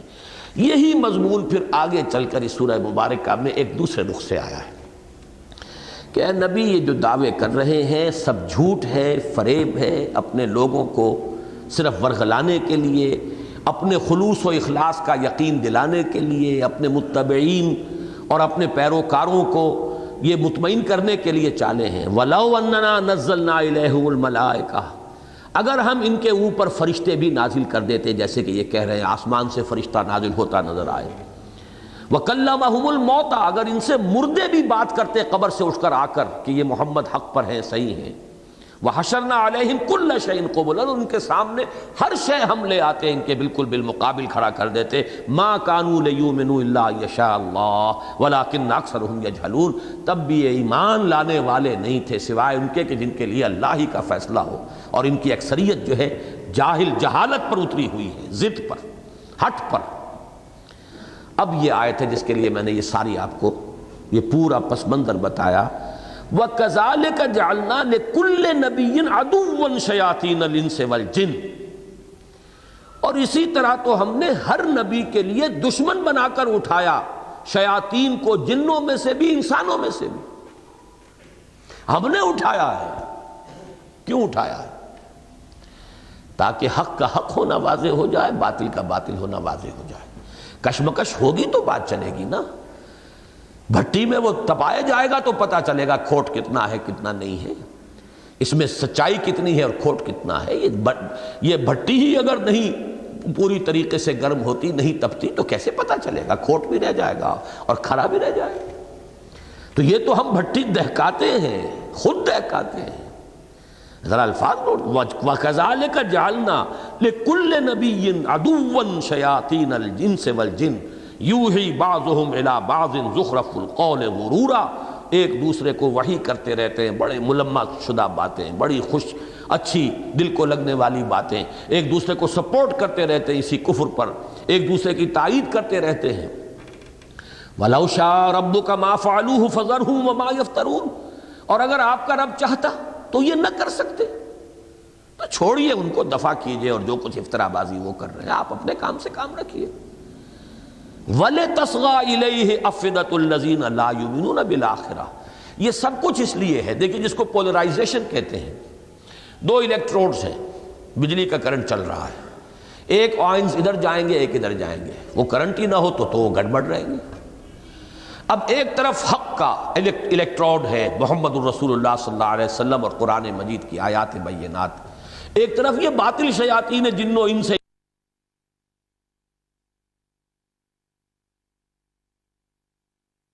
ان کا گٹھ جوڑ ہے، ان کا متحدہ محاذ ہے، ایک یہ ہے کہ جو بلا رہے ہیں اپنی طرف۔ اب ظاہر بات ہے کہ یہ جب چلے گا تو پولرائزیشن ہوگی، اور یہ اس لیے ہے وَلِتَصْغَىٰ إِلَيْهِ، تاکہ جھک جائیں ان کی جانب أَفْئِدَةُ الَّذِينَ لَا يُؤْمِنُونَ بِالْآخِرَةِ، ان لوگوں کے دل جو آخرت پر ایمان نہیں رکھتے۔ اس کو یہاں خاص طور پر نوٹ کیجئے، لا یؤمنون بالآخرہ، اس لیے کہ آج کی ہماری صورت کے اختتام پر پھر اس کا ایک ریفرنس آئے گا۔ وَلِيَرْضَوْهُ وَلِيَقْتَرِفُوا مَا هُمْ مُقْتَرِفُونَ، تاکہ وہ خوب راضی رہیں اپنے اس باطل کے اوپر، اور پھر کمائیں جو کمائی انہیں کرنی ہے، جو گندگی سمیٹنی ہے سمیٹ لیں، تاکہ ان کا خبث باطن جو ہے پوری طرح ظاہر ہو جائے اور مبرہن ہو جائے کہ وہ اللہ کے ہاں کس مرتبے کے عذاب کے مستحق ہیں۔ اس کو واضح کرنا، یہ اس کے لیے فتنے کے طور پر اللہ تعالیٰ خود نبی کے دشمن کھڑا کرتا ہے۔ یہ بہت اہم مقام ہے، اور اس کشمکش ہی کے ذریعے سے کھلتا ہے کہ who's who and what is what، کس میں کتنی حق پسندی تھی، کتنا حقیقی مغالطہ تھا، مغالطہ رفع ہو گیا، حق پسندی جو ہے برآمد ہو گئی، کس میں ضد تھی، کس میں ہٹ تھا، کس میں تعصب تھا، کس میں دنیا پرستی تھی، کس میں کیا تھا، کس میں دشمنی تھی۔ یہ سارے عناصر جو ہے کھل کر تبھی آئیں گے جب یہ بھٹی خوب تپے، اور یہ پولرائزیشن اور آئونائزیشن جو ہے یہ پورے طور سے ہو جائے۔ یہ کرنٹ ہم دوڑاتے ہیں خود، تاکہ دودھ کا دودھ پانی کا پانی علیحدہ ہو جائے۔ یہ ہے اصل میں وَمَا جَعَلْنَا عِدَّتَهُمْ، اب آ جائیے وہاں، إِلَّا فِتْنَةً لِلَّذِينَ كَفَرُوا، اور ہم نے اس کی تعداد کو نہیں بنایا مگر اس لیے، یعنی بنایا اس کے اظہار کو، اظہار و عدت، یعنی یہ جو ہم نے بیان کر دیا ہے تعداد کو، یہ نہیں ہے مگر اس لیے، ورنہ کوئی کمی نہیں تھی۔ قرآن مجید کا کوئی مضمون تشنہ نہیں رہتا۔ اگر یہ 19 کی بحث یہاں نہ آتی تو کیا کوئی تشنگی رہ جاتی؟ لیکن اللہ لاتا ہے۔ وہ آئونائزیشن یا پولرائزیشن تو مطلوب ہے، ان کے لیے فتنہ جو ہے اس کے لیے بھی تو موقع فراہم کرنا ہے۔ گندگی نہیں ہوگی تو مکھیاں کہاں بنائیں گی؟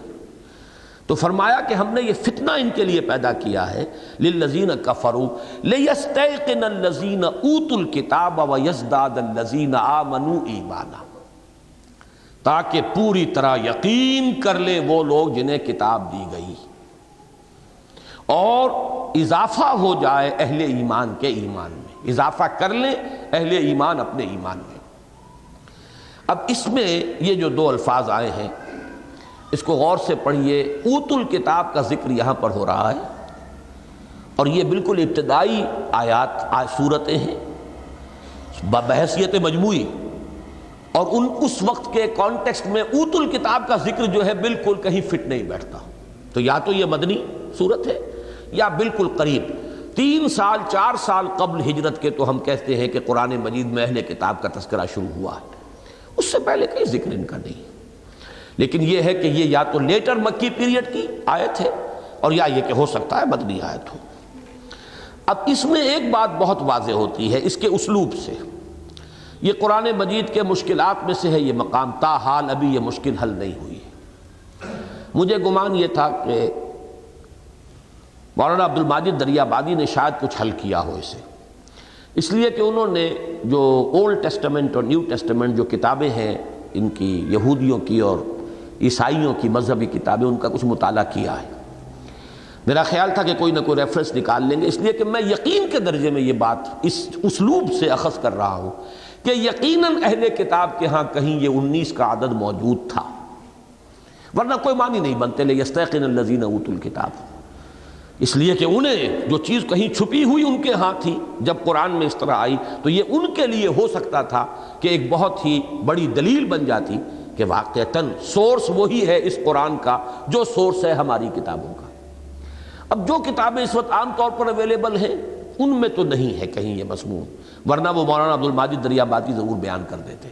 لیکن میں تیقن کے ساتھ یہ جانتا ہوں بعض روایات جو ہیں، یعنی تابعی حضرات کی جو تفسیری روایات ہیں ان میں یہ موجود ہے کہ اہل کتاب کے ہاں ان کے یہ عدد جو ہے پہلے سے معروف تھا، ان کی کتابوں میں تھا، لیکن یہ کہ ہمارے یہ تابعی حضرات جو ہے حوالہ تو دیتے نہیں، وہ صرف ایک بات انہوں نے کہہ دی ہے، لیکن اس کے لیے تو دلیل کے طور پر تو آج اگر کسی کے سامنے یہ بات کہی جائے تو ریفرنس مانگے گا، بتائیے تورات کے کون سی کتاب میں ہے، یا زبور میں کہیں ہے، یا پھر ان کے ہاں صرف تورات ہی نہیں ہے دوسری ان کی کتابیں بھی تھیں روایات وغیرہ پر مشتمل، تالمود وغیرہ، ان میں کہیں ہو تو کوئی شخص، مولانا عبد الماجد دریابادی نے یہ کہا ہے کہ کوئی آنے والا اس عقدے کو کھولے گا، ابھی یہ بات جو ہے ایک یوں سمجھیے کہ سربستہ رازوں میں سے ایک راز ہے، لیکن یہ ضرور معلوم ہوتا ہے قرآن مجید کے اس اسلوب سے کہ اہل کتاب کے ہاں یہ چیز ان کے کم سے کم اہل علم کے علم میں تھی کہ جہنم پر جو فرشتے معمور ہیں یا تو وہ 19 ہے، فرشتے کی قوت کا تو ہم کو اندازہ کر ہی نہیں سکتے،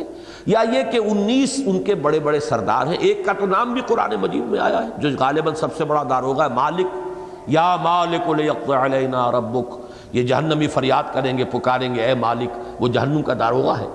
لیکن یہ کہ 18 مزید بڑے بڑے سردار ہوں فرشتوں کے اور ان کے ساتھ فوجیں ہوں، جیسے کہ آگے آ جائے گا وَمَا يَعْلَمُ جُنُودَ رَبِّكَ إِلَّا هُوَ، تیرے رب کے لشکروں کو تو سوائے اس کے اور کوئی بھی نہیں جانتا، کسی کے علم میں نہیں ہے، لشکر کے لشکر ہیں۔ اس اعتبار سے کہیں نہ کہیں اہل کتاب کے ہاں یہ موجود تھا تصور، ورنہ قرآن مجید میں یہ الفاظ نہ آتے۔ تو یہ تو ہے ایک یقین، لیکن یہ کہ کاش کہ کبھی یہ بات کھل جائے تو واقعتاً وہ ایک بڑی بات ہوگی، قرآن مجید کی صداقت کی ایک گواہی، جیسے کہ سورہ حامی میں سجدہ کے آخر میں فرمایا گیا ہے سَنُرِيهِمْ آيَاتِنَا فِي الْآفَاقِ وَفِي أَنفُسِهِمْ حَتَّى يَتَبَيَّنَ لَهُمْ أَنَّهُ الْحَقُّ، ہم عنقریب انہیں اپنی نشانیاں دکھائیں گے آفاق و انفس میں، یہاں تک کہ یہ بات بالکل مبرہن ہو جائے گی کہ یہ قرآن حق ہے۔ تو یہ بات جو ہے اس کے قبیل کی ایک بات ہوگی جب بھی واضح ہو گئی، جیسے حضرت نوح کی کشتی کبھی نہ کبھی نمایاں ہوگی، واضح ہوگی، اور وہ ایک بڑی نشانی بنے گی۔ قرآن کہتا ہے ہم نے اسے دنیا والوں کے لیے ایک نشانی بنا دیا۔ اب وہ کبھی نہ کبھی ظاہر ہو جائے گی، اگرچہ بعض جو ہیں پائلٹس انہوں نے خبر دی ہے کہ کوہ جودی پر اس کی عین چوٹی کے قریب کوئی بہت بڑی کشتی سی کوئی شے سٹرکچر انہیں نظر آتا ہے، لیکن یہ کہ وہ روسی علاقے میں اس کے لیے ہے راستہ اوپر چڑھنے کا، ادھر سے ایکسپیڈیشن جا نہیں سکتی۔ یہ تقریباً ترکی اور یہ جو علاقے آج کل جن میں فساد چل رہا ہے، یہ آرمینیا اور یہ کوکیشیا کا علاقہ، اس میں ترکی اور روس کی سرحد پر ہے یہ جودی، کوہ جودی، واستوت علی الجودی ہے۔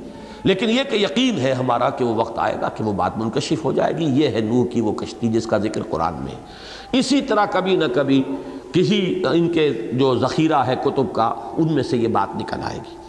لِيَسْتَيْقِنَ الَّذِينَ أُوتُوا الْكِتَابَ، اب چونکہ وہ جو تابعین کی روایات ان میں موجود ہیں، تو اس کا مطلب یہ ہے کہ اس وقت کے یہودیوں نے اس کو آبجیکٹ نہیں کیا۔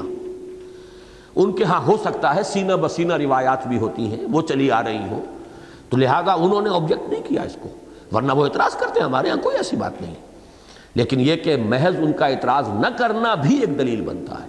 مکے والوں کے لیے تو فتنہ بن گیا، وہ انہوں نے جو بھی استہزاء کیا، تمسخر کیا، مذاق اڑایا، لیکن یہ کہ اہل کتاب کی طرف سے اس پر کوئی مورچہ لگا ہوا ہمارے علم میں نہیں۔ وَيَزْدَادَ الَّذِينَ آمَنُوا ایمانا، اور اہل ایمان کا اپنے ایمان میں اضافہ کریں گے، اس لیے کہ اہل ایمان کے ایمان کا جو دار و مدار ہے وہ اس کے ایک ایک حرف کے معنی کو صحیح طور پر جان لینے پر نہیں ہے۔ یہ فلسفہ بھی قرآن کا بڑا اہم ہے جو سورہ آل عمران کے شروع میں آیا ہے کہ یہ قرآن ہم نے نازل کیا ہے، یہ ایک ایسی کتاب ہے کہ اس میں آیات محکمات بھی ہیں، آیات متشابہات بھی ہیں۔ آیات محکمات وہ ہیں کہ جن کا مضمون بالکل واضح ہے، اور آیات متشابہات بھی ہیں جن کے بارے میں اشتباہ ہو سکتا ہے، صحیح ایگزیکٹ مفہوم ان کا متعین کرنا انسان کے لیے ممکن نہیں ہے۔ عالم آخرت کی ساری خبریں جو ہیں متشابہات میں سے ہیں، فرشتوں کے بارے میں جو بات کہی جائے گی ان کے اتنے پر ہیں اور یہ ہیں، یہ ساری ہمارے لیے تو متشابہات میں سے ہیں۔ عالم برزخ کی ساری باتیں متشابہات میں سے ہیں، جنت اور دوزخ کی جتنی باتیں آئی ہیں متشابہات میں سے، ہم ایگزیکٹ ہم کہاں معین کریں گے؟ یہ تو اس عالم میں جب ہمارا داخلہ ہوگا تو یہ حقائق منکشف ہو جائیں گے اپنے صحیح معنی میں۔ فَبَصَرُكَ الْيَوْمَ حَدِيدٌ، اس روز تو آنکھیں جو ہیں بالکل وہ لوہے کی طرح سیدھی ہو جائیں گی، جیسے ہم کہتے ہیں لوہے کی قینچی کی طرح زبان چل رہی ہے، تو نگاہ بھی جو ہے وہ لوہے کے مانند ہوگی، ہر شے نظر آئے گی۔ لیکن اس وقت تو ہمارے لیے کیا ہے؟ محکمات کی بنیاد پر ایمان ہے ہمارا، اور اس پر اپنے ایمان اور یقین کی بنیاد پر جو کچھ قرآن میں ہے اس کو ہم مانتے ہیں۔ کل من عند ربنا، یہ بھی میں چاہتا ہوں کہ ذرا وہ آیات آپ کو پڑھ کر سنائی دوں سورہ آل عمران کے بالکل شروع میں۔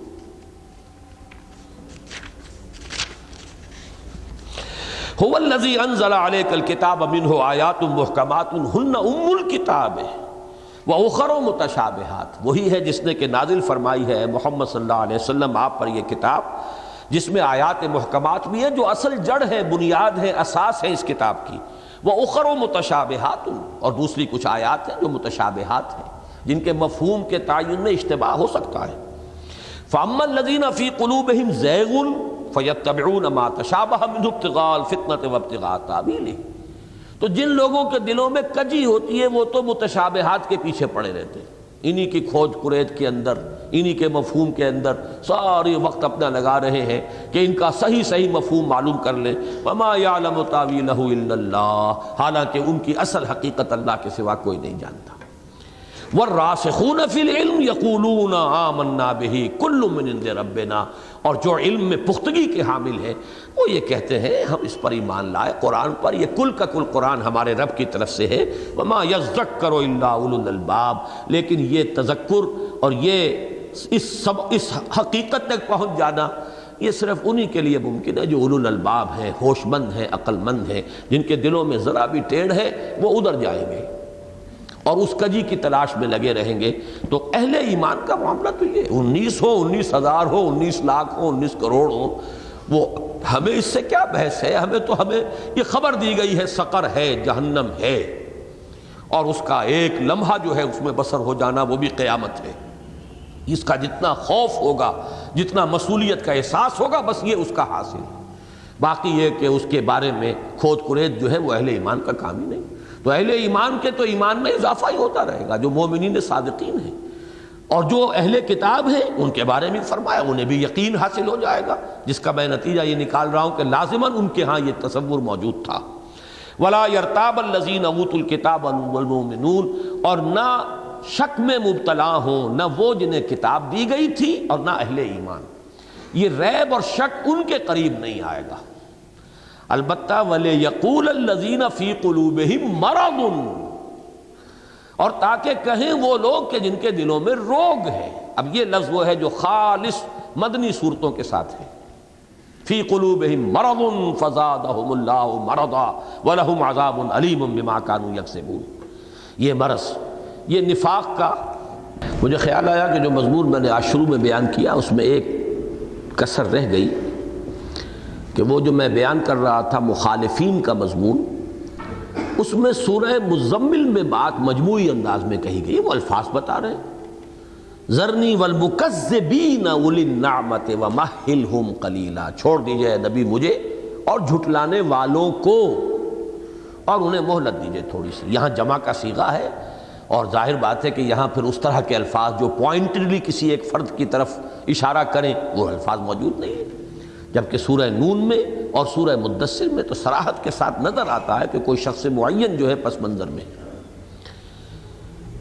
اب ہم یہاں تھے وَلِيَقُولَ الَّذِينَ فِي قُلُوبِهِم مَرَضٌ وَالْكَافِرُونَ مَاذَا أَرَادَ اللَّهُ بِهَذَا مَثَلًا، اور تاکہ کہیں وہ لوگ جن کے دلوں میں روگ ہے، مرض ہے. قرآن مجید میں سورہ بقرہ میں یہ لفظ آیا اور اس کے بعد یہ لفظ کچھ عرصے تک چلا ہے. نفاق کا لفظ جب تک کھلم کھلا قرآن نے استعمال نہیں کیا. منافقین جو ہیں ان کے دلوں میں ایک بیماری تھی جو بڑھ کر نفاق بن گئی. وہ بیماری جو ہے اس کا ایک درجہ وہ ہے جس کو ہم ضعف ایمان کہیں گے، لیکن یہ کہ جب اس کے اندر جھوٹ کا ایلیمنٹ شامل ہو جائے، جھوٹی قسموں کا ایلیمنٹ شامل ہو جائے تو پھر، اور عداوت جو ہے اہل ایمان کے ساتھ شامل ہو جائے، پھر وہ نفاق کے 3 درجے بن جاتے ہیں. تو قرآن مجید نے بہت دیر تک منافقین کے نفاق کا پردہ چاک نہیں کیا، بلکہ ان کو افہام و تفہیم کے انداز میں متنبہ کرنے کی کوشش کی ہے کہ اپنے اندر جھانکو اور متنبہ ہو جاؤ کہ تمہارے اندر یہ روگ ہے، اس روگ کا علاج کر لو، اس سے پہلے کہ یہ بڑھ کر ایک ایسی شکل اختیار کر لے کہ جو تمہیں جہنم کے سب سے نچلے طبقے میں پہنچا دے. تو یہ لفظ بھی در حقیقت مکی صورتوں کے ساتھ مناسبت نہیں رکھتا بلکہ مدنی صورتوں کے مضمون سے مناسبت رکھتا ہے. وَلِيَقُولَ الَّذِينَ فِي قُلُوبِهِم مَرَضٌ وَالْكَافِرُونَ، اور تاکہ کہیں وہ لوگ کہ جن کے دلوں میں روگ ہے اور کافر، ماذا اراد اللہ بہذا مسئلہ، کیا ارادہ فرمایا اللہ نے اس مثال کے ذریعے سے، کیوں بیان کیا، کیا ضرورت تھی، یہ 19 کا عدد نہ ہی لاتے، کیا ضرورت تھی اس کی. اب یہاں سے ان کا وہ تشکک اور ریب جو ہے وہ ظاہر ہونا شروع ہوا. اور اس کو جیسا کہ میں پورا فلسفہ سورہ انعام کے حوالے سے بیان کر چکا ہوں، اللہ تو چاہتا ہے جو اندر ہے وہ باہر آ جائے، اس لیے کہ وہ عذاب یا ثواب کا مستحق شخص بنے گا اپنے ظاہر کے بنیاد پر، کہ جب کہ اس کی خباثت ظاہر ہو جائے، جب کہ اس کے اندر خیر جو ہے وہ بھی نمایاں ہو کر سامنے آ جائے. تو اللہ یہ چاہتا ہے کہ ان کا یہ خبث باطن ظاہر ہو. وَلِيَقُولَ الَّذِينَ فِي قُلُوبِهِم مَرَضٌ وَالْكَافِرُونَ مَاذَا أَرَادَ اللَّهُ بِهَذَا مَثَلًا كَذَلِكَ يُضِلُّ اللَّهُ مَن يَشَاءُ وَيَهْدِي مَن يَشَاءُ. اسی طرح اللہ تعالیٰ گمراہ کر دیتا ہے جس کو چاہتا ہے اور ہدایت دیتا ہے جس کو چاہتا ہے. اب دیکھیے یہ الفاظ بھی سورہ بقرہ کے 3 رکوع کے الفاظ ہیں. وہاں بھی یہ آیا تھا ان اللہ لا یستحی ان یضرب مثلا ما بعوضۃ فما فوقها فاما الذین آمنوا فیعلمون انها الحق من ربهم واما الذین کفروا فیقولون ماذا اراد اللہ بہذا مثلا یضل به کثیرا ویہدی به کثیرا وما یضل به الا الفاسقین الذین ينقضون عہد اللہ من بعد میثاقہ ویقطعون ما امر اللہ به ان یوصل ویفسدون فی الارض اولئک هم الخاسرون غالبا. تو یہ فلسفہ پورا کھل کر وہاں آیا ہے، یعنی اس مضمون کے لیے وہ ایک اس کے لیے مشابہت کے لیے ذہن میں رکھیے یہ سورہ بقرہ کے 3 رکوع کا نصف ثانی جو ہے، نصف آخر، اس میں اللہ تعالیٰ گمراہ کرتا ہے. اب یہاں پر تو ایک مطلق بات آئی ہے، اللہ تعالیٰ ہدایت دیتا ہے جس کو چاہتا ہے، گمراہ کرتا ہے جس کو چاہتا ہے، لیکن وہاں واضح کر دیا اللہ گمراہ نہیں کرتا مگر انہی فاسقوں کو جو توڑتے ہیں ان چیزوں کو جن کو جوڑنے کا اللہ نے حکم دیا ہے. یعنی اللہ کا یہ اختیار تو مطلق ہے، جسے چاہے وہ ہدایت دے دے، جسے چاہے وہ گمراہ کر دے. طاقت اس کی، قدرت، وہ تو ہر شے پر حاوی ہے، لیکن یہ کہ وہ کرتا کیا ہے؟ الٹ اپ نہیں کرتا معاذ اللہ، ظلم نہیں کرتا وہ معاذ اللہ، وہ جو حقدار ہے اس کو وہ حق پہنچاتا ہے، جو حق کے طالب ہیں ان کے لیے حق کو کھولتا چلا جاتا ہے، اور جو حق کے طالب نہیں ہے، زیغ کے طالب ہیں، وہ جو سورہ آل عمران کی آیت میں ہم پڑھ چکے، جن کے دلوں میں کجی ہے، تو ان کے لیے اللہ تعالیٰ کجی کے راستے کھولتا چلا جاتا ہے۔ یہ ہے سنت اللہ، یہ ہے اللہ کا قانون ہدایت و ضلالت، جس پر پہلے تو بہت مرتبہ میں نے تفصیلی گفتگو کی ہے کہ اس قانون کی کئی دفعات ہیں۔ قرآن مجید میں کہیں ایک دفعہ بیان ہو جاتی ہے، اس سے آدمی دھوکہ کھا جاتا ہے، جب تک کہ ان سب کو جمع نہ کر لیا جائے۔ نمبر ایک یہ کہ ہدایت و ضلالت کا اختیار مطلق اللہ کے ہاتھ میں، قدرت اس کی ہے، جس کو چاہے ہدایت دے، جس کو چاہے گمراہ کر دے، لیکن جو طالب حق ہوتا ہے اسے وہ ہدایت دیتا ہے، جو کجی کا طالب ہے اس کے لیے کجی کو کھولتا چلا جاتا ہے، جو غلط راستے پر بڑھتا ہے اس کے لیے اور راستے غلطی کے، گمراہی کے، بے حیائی کے اور آسان کر دیتا ہے، جو خیر کی طرف آتا ہے اس کے لیے خیر کی کٹھن منزلوں کو آسان کرتا چلا جاتا ہے۔ یہ ہے اللہ تعالیٰ کا پورا قانون، اور یہاں تک کہ وہ جو پہلا معاملہ ہے، دوسرا معاملہ جو کجی کے طالب ہیں، یہاں تک کہ وہ اس درجے تک پہنچا دیتا ہے انہیں اس تیسیر اور توفیق کے ذریعے سے جس کو کہا جاتا ہے پوائنٹ آف نو ریٹرن، اب وہ واپس لوٹ ہی نہیں سکتے، اس کو کہتے ہیں ختم اللہ علی قلوبہم وعلی سمعہم وعلی ابصارہم غشاوہ، اب ان کے دلوں پر مہر ہو چکی ہے، سواء علیہم انذرتہم ام لم تنذرہم لا یؤمنون، ختم اللہ علی قلوبہم وعلی سمعہم وعلی ابصارہم غشاوہ، وہ اس گمراہی کے اس حد تک پہنچ چکے ہیں کہ اے نبی آپ کا انذار، تبلیغ اور تبشیر اور تذکیر اور نصیحت اور وعظ سب ان کے حق میں اب بیکار ہیں، وہ اب ہدایت کی راہ پر آنے والے نہیں ہیں، ان کے دلوں پر مہر لگ چکی ہے۔ اب ان چار درجوں کو اگر سمجھیں گے تو کہیں آدمی کے لیے کوئی مشکل نہیں ہوگی، کوئی پریشانی نہیں ہوگی، لیکن کسی ایک جگہ پر تو ایک ہی بات آتی ہے، اس پر آدمی جو ہے پھر الجھ جاتا ہے۔ تو پورا قانون ہدایت و ضلالت جو ہے وہ ہمارے سامنے ہونا چاہیے۔ کذالک یضل اللہ من یشاء ویہدی من یشاء وما یعلم جنود ربک الا ہو۔ اب یہاں یہ بات کھول دی، اور نہیں جانتا تیرے رب کے لشکروں کو مگر وہ خود۔ کتنے فرشتے ہیں، بعض روایات میں آتا ہے کہ ساتوں آسمانوں پر بالشت بھر جگہ بھی خالی نہیں ہے جہاں کوئی نہ کوئی فرشتہ یا وہ قنوت کی حالت میں کھڑا نہیں ہے ہاتھ باندھے ہوئے اللہ کی جناب میں، یا وہ رکوع میں ہے یا سجود میں ہے، اس کے فرشتوں کی تعداد کو کون جان سکتا ہے؟ وما یعلم جنود ربک الا ہو وما ہی الا ذکریٰ للبشر، اور نہیں ہے یہ مگر ایک یاد دہانی، ایک تذکرہ، ایک نصیحت انسان کے لیے۔ یہاں لا کر قافیہ وہی آ گیا اس آیت مبارکہ کا۔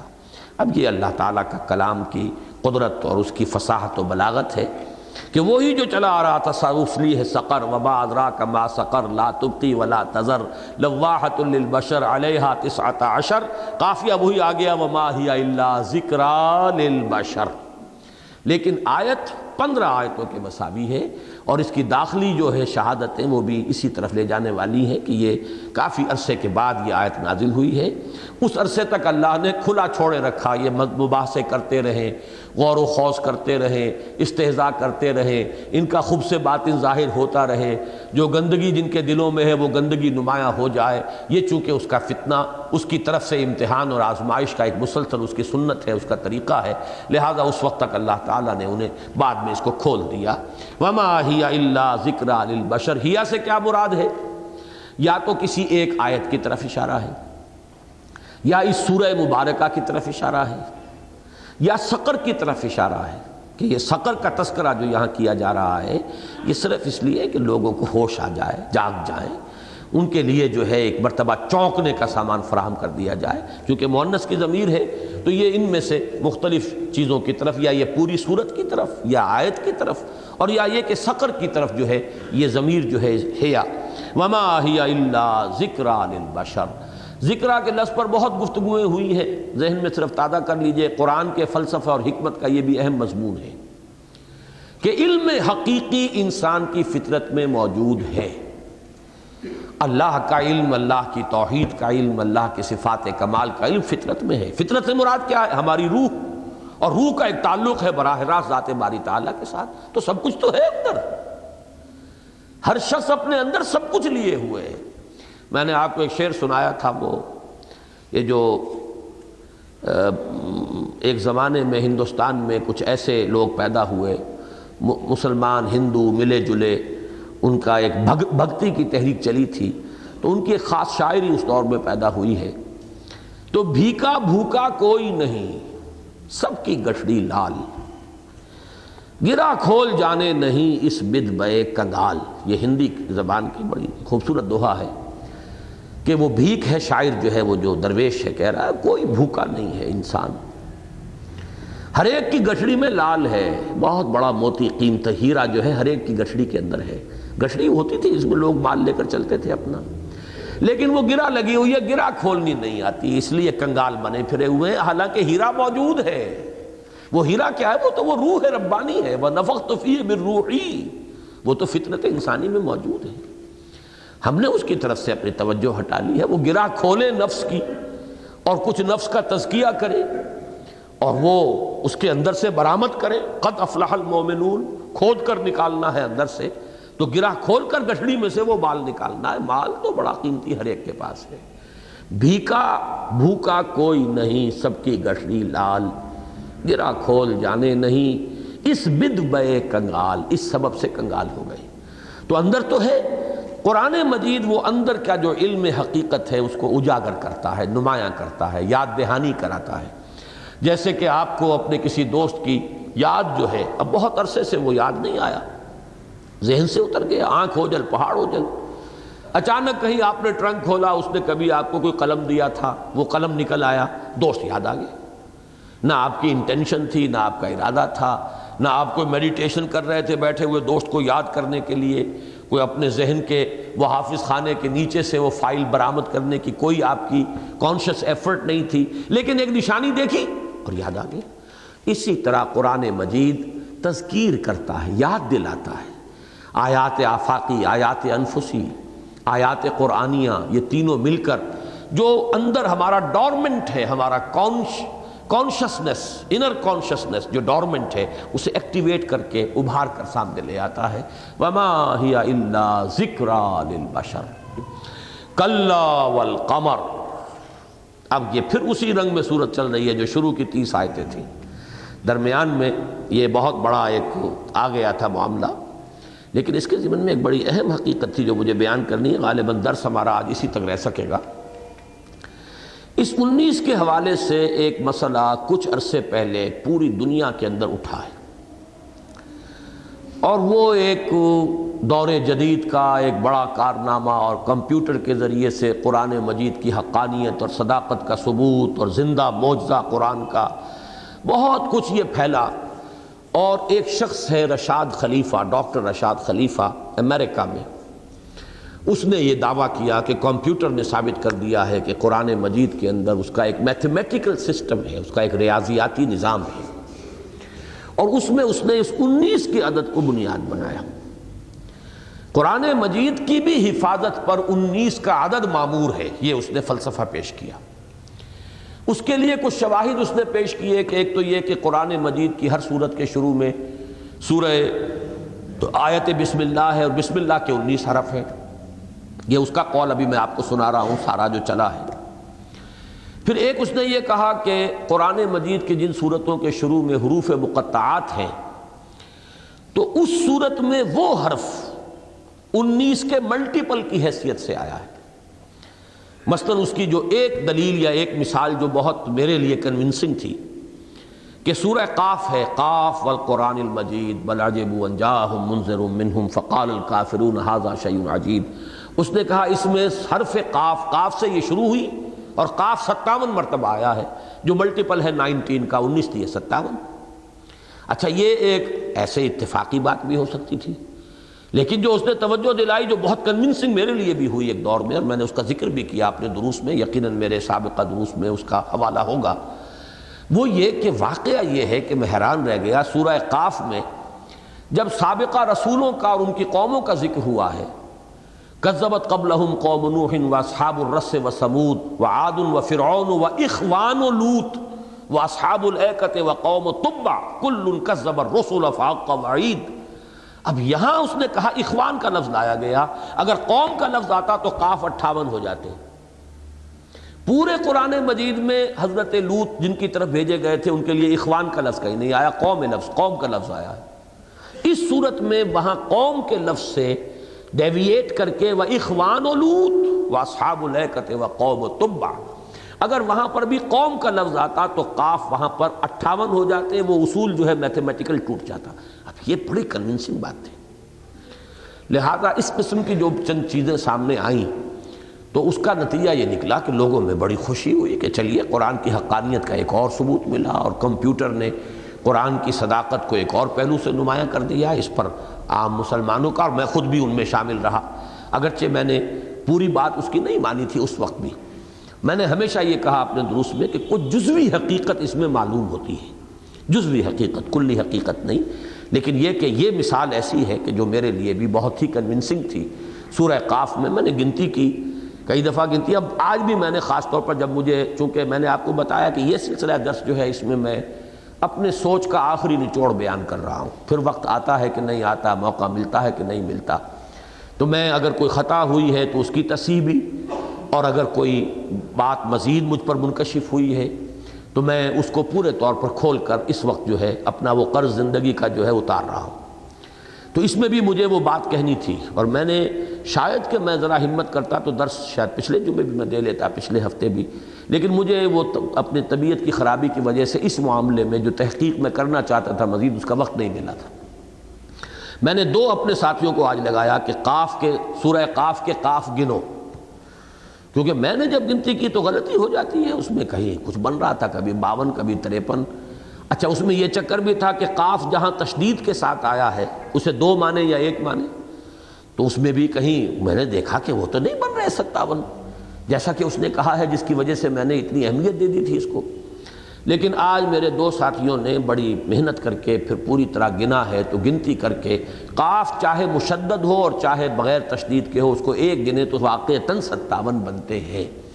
And it's a bit convincing argument, یقیناً اس کے اندر ایک جو ہے وزن موجود ہے۔ باقی سب کا لمبا چوڑا ہم نے کوئی حساب کتاب نہیں بنایا ہے، لیکن یہ ہے کہ محض یہ بات بھی ظاہر کرتی ہے کہ کچھ نہ کچھ حقیقت اس میں ہے، اور اتنا ہی میں نے بیان کیا تھا، کبھی اس سے زیادہ میں نے اس کی بات کو بیان نہیں کیا۔ بعد میں کچھ خبریں آنی شروع ہوئی، یہ بات جس حد تک میں نے تائید کی تھی مجھ سے کہیں آگے بڑھ گئے شیخ احمد دیدات، وہ جو آج کل ویسٹرن ورلڈ میں تو بہت ہی معروف ہے، عیسائی پادریوں کے ساتھ مناظروں میں انہیں بہت کامیابیاں اللہ نے عطا فرمائی ہیں، اور بڑا انہوں نے اس سلسلے میں بڑا قیمتی کام کیا ہے۔ اب چونکہ ان کا بھی موضوع یہ نہیں ہے، وہ تو ایک مناظر ہے، انہوں نے بھی اس مسئلے کو جب سامنے آیا انہوں نے بھی سمجھا کہ بہت اچھی بات سامنے آ گئی، انہوں نے اسے خوب پھیلایا، بہت زیادہ پھیلایا۔ میں تو اللہ کا شکر ہے کہ ریکارڈ پر یہ میں نے ہمیشہ یہ کہا کہ کوئی جزوی حقیقت معلوم ہوتی ہے، کچھ وزن اس میں ہے، باقی اس سے آگے کوئی اس کو ایڈوکیٹ کرنا یا اس کو پھیلانا یا اس کو بہت زیادہ اس کے بارے میں تیقن کا جو اظہار ہے وہ میں نے نہیں کیا۔ انہوں نے اسے بہت پھیلایا، قرآن مجید کی صداقت کے لیے اس کا خوب عام کیا، چرچا کیا، لیکن بعد میں جو خبریں آنی شروع ہوئی وہ بڑی تشویش کا موجب ہوئی۔ معلوم یہ ہوا کہ وہ شخص بہائی ہے، بلکہ بہائیوں کا اعلی کار ہے، اصل میں وہ کاپٹک کرسچین ہے، قبطی کرسچین ہے۔ یہ جو کاپٹکس ہیں ایجپٹ کے، ان میں سے ہے، وہ ہے مصری رشاد خلیفہ، اور بہائیوں کے ہاں 19 کا عدد جو ہے وہ ہمیشہ سے، ہمیشہ کیا، بہائیوں کی کل تاریخ جو ہے وہ 1 صدی کی ہے تقریباً، اس لیے کہ محمد علی باب یہ پیدا ہوا تھا 1819 میں، وہاں سے چلا ہے یہ 19 کا عدد کہ جو بڑی اہمیت والا ہے، 1819 میں پیدا ہوا، پھر 1819 کی عدد جمع کیجئے، 1 جمع 8 جمع 1 جمع 9، پھر وہ بن جاتا ہے 18، وہ 9 کا ملٹیپل ہے، اور ان کے ہاں یہ لفظ چلا آ رہا ہے۔ پچھلی صدی میں محمد علی باب، جیسے ہمارے ہاں قادیانی متنبی پیدا ہوا، ویسے وہاں پر پہلے یہ محمد علی باب، پھر اس کے مرنے کے بعد ایران میں 3 حصوں میں بٹ گئے، ان میں سے ایک حصہ وہ ہے جو بہائی بن گئے، بہاء اللہ۔ یہ بہائی جو ہیں یہ کافی ایکٹیو ہیں، ان کے ہال بنے ہوئے ہیں مختلف جگہوں پر، ان کا لٹریچر ہے، اور یہ کافی اندر ہی اندر جو ہے وہ اپنی تبلیغ کرتے رہتے ہیں، اور وہ اسے یعنی بہاء اللہ کو نبی بھی مانتے ہیں اور اللہ کا مظہر بھی مانتے ہیں، نہ معلوم کیا کچھ مانتے ہیں، بہت بڑے فتنوں میں سے ایک فتنہ وہ بھی ہے۔ ایران سے تو ان کا خاتمہ کر دیا گیا اس دور میں، خاص طور پر پہلے بھی ان پر سختی تھی، وہ محمد علی باب بھی قتل کیا گیا تھا، اور اس کے ساتھ وہ قرۃ العین بھی جو اس کی بہت بڑی مریدنی تھی وہ بھی قتل کی گئی تھی ایران میں۔ لیکن یہ کہ باقی وہ سلسلہ اندر ہی اندر خفیہ وہاں چل رہا تھا۔ لیکن یہ جو انقلاب آیا تھا یہاں ایران میں خمینی صاحب کا، اس کے بعد سے تو ان کے اوپر بڑی شدید وہاں پر جو ہے وہ پرسیکیوشن ہوئی، اور یہ سب بھاگ کر پاکستان آ گئے۔ بہت ان کی بڑی تعداد جو ہے پاکستان میں وہ ان ایرانیوں میں، وہ ایرانی نما قسم کے لوگ جو کہیں بڑے بڑے مکان اور فلیٹس لے کے رہ رہے ہیں، ان میں بڑی تعداد بہائیوں کی ہے جو وہاں سے جان بچا کر بھاگ کر آئے۔ ان بہائیوں کے ہاں 19 کا عدد جو ہے یہ ایک مقدس عدد ہے، اور در حقیقت انہوں نے یہ سارا کا سارا چکر چلایا، اور اس کے ذریعے سے مسلمانوں تک رسائی حاصل کرنا، ان کے دلوں میں اپنے لیے جگہ پیدا کرنا۔ انہوں نے قرآن کی حقانیت ثابت کر دی اور ظاہر کر دیا، اور اس کے ذریعے سے پھر اپنی اس فتنہ کی جو تحریک ہے اس کو بڑھانا، یہ پیش نظر ہے۔ اس کا پھر جو فتنہ ہونے کا پہلو ہے وہ بہت زیادہ نمایاں ہو کر اس وقت آیا جب کہ اس شخص نے بھی نبوت کا دعویٰ کر دیا، یہ جو رشاد خلیفہ ہے، اور بہت سے لوگ اس کے پیرو ہو گئے ہیں، اور ایک بہت بڑے فتنے کی حیثیت سے امریکہ میں اس وقت یہ اٹھی ہوئی ہے تحریک۔ اور اس نے اپنے اسی میتھمیٹیکل آرگومنٹ کے تحت یہ کہا کہ قرآن مجید میں سورہ توبہ جو ہے اس کی آخری 2 آیات جو ہیں وہ جھوٹی ہیں، مصنوعی ہیں، وہ اس کا اصل حصہ نہیں ہے، وہ شامل کر دی گئی ہیں، بعد میں فالس ہے۔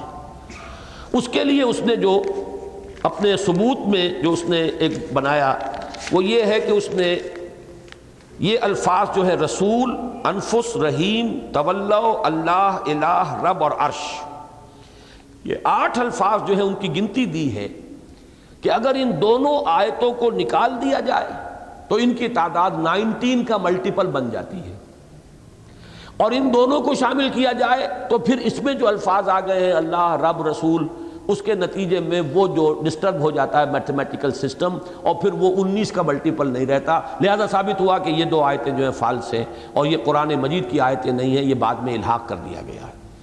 جب اس حد تک بات پہنچی تو پھر اہل ایمان کا اس پر جو ہے ماتھا ٹھنکا کہ یہ تو بہت بڑی ایک یعنی فتنے والی بات اور بہت بڑی گمراہی کی تحریک ہے۔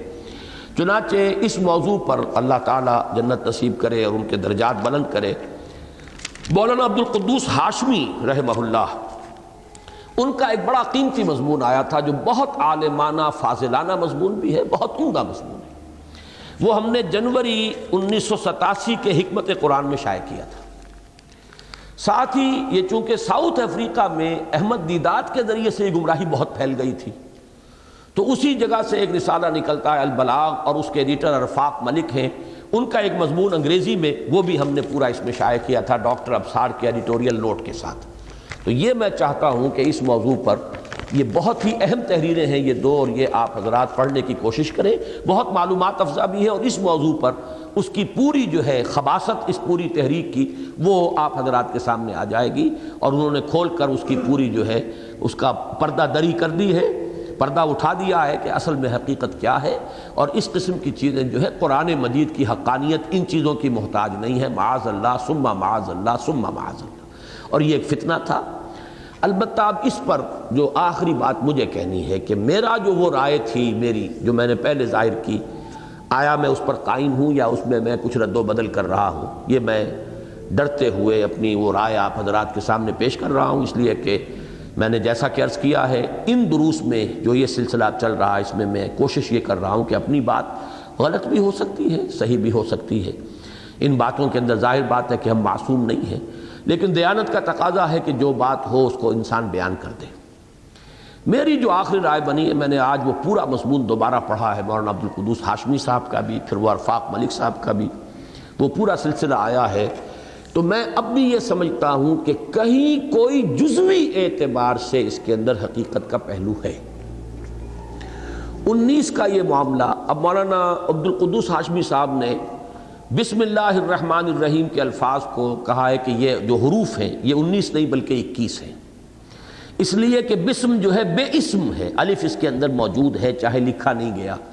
قرآن مجید میں اور بہت سے مقامات انہوں نے بتائے کہ بے اسم ہے، وہاں پر الف بھی ظاہر کیا جاتا ہے، اس میں نہیں آیا، لیکن یہ کہ اس میں کیوں نہیں آیا؟ آخر یہ صدیوں سے ایک رسم الخط ہے کہ جو معین ہوا ہے، تو کوئی بات جو ہے اس کے اندر کسی درجے میں ایک پارشل ٹروتھ کی حیثیت سے نظر آتی ہے. اور جیسا کہ میں نے عرض کیا سورہ قاف کا آج میں نے پوری ایکسرسائز کر لی اور وہ بات ثابت ہوئی کہ واقعتاً 57 قاف بنتے ہیں اور اگر کہیں قوم لوط ہوتا تو 58 ہو جاتے. لیکن اصل میں اس سے جو فتنہ بنا ہے میں چاہتا ہوں کہ اس کی حقیقت آپ کے سامنے واضح کر دوں. آج میں غور کرتا رہا, میرے سامنے ایک مثال آئی ہے, اس مثال کے حوالے سے وہ بات جو ہے پورے طور پر منکشف ہو جائے گی. جو حضرات فزکس سے کچھ بھی واقفیت رکھتے ہیں انہیں یہ معلوم ہے کہ نیوٹن کی فزکس اور نیوٹن کے لاز آف موشن جو آئنسٹائن کے اصولوں اور آئنسٹائن کے نظریے کے بعد تھیوری آف ریلیٹیوٹی کے بعد وہ معلوم ہو گیا کہ وہ 100% صحیح نہیں ہے. اس کے یہ معنی نہیں ہے کہ وہ بالکل ہی غلط ہے. ایک لمیٹڈ سکوپ میں وہ لاز آف موشن آج بھی ویلڈ ہیں اور چلتے ہیں, لیکن یہ کہ وہ ٹوٹل ٹروتھ نہیں ہے. آگے چل کر ایک براڈر پرسپیکٹو میں جب آئنسٹائن کا نظریہ جو ہے اضافیت کا وہ سامنے آیا تو معلوم ہوا کہ ایک لمٹ ہے ان کی, ایک لمٹ کی حد تک تو وہ ہولڈ کرتے ہیں, وہ صحیح ہے, لیکن یہ ہے کہ انہیں ٹوٹل ریئلٹی نہیں قرار دیا جا سکتا. اب ایک شکل تو یہ ہو سکتی تھی کہ نیوٹونین فزکس کو ماننے والے جہاں جہاں وہ سارے اصول غلط ثابت ہو رہے ہیں وہ کائنات کو غلط کہہ دیتے. کائنات غلط ہے, نیوٹن کے اصول صحیح ہے.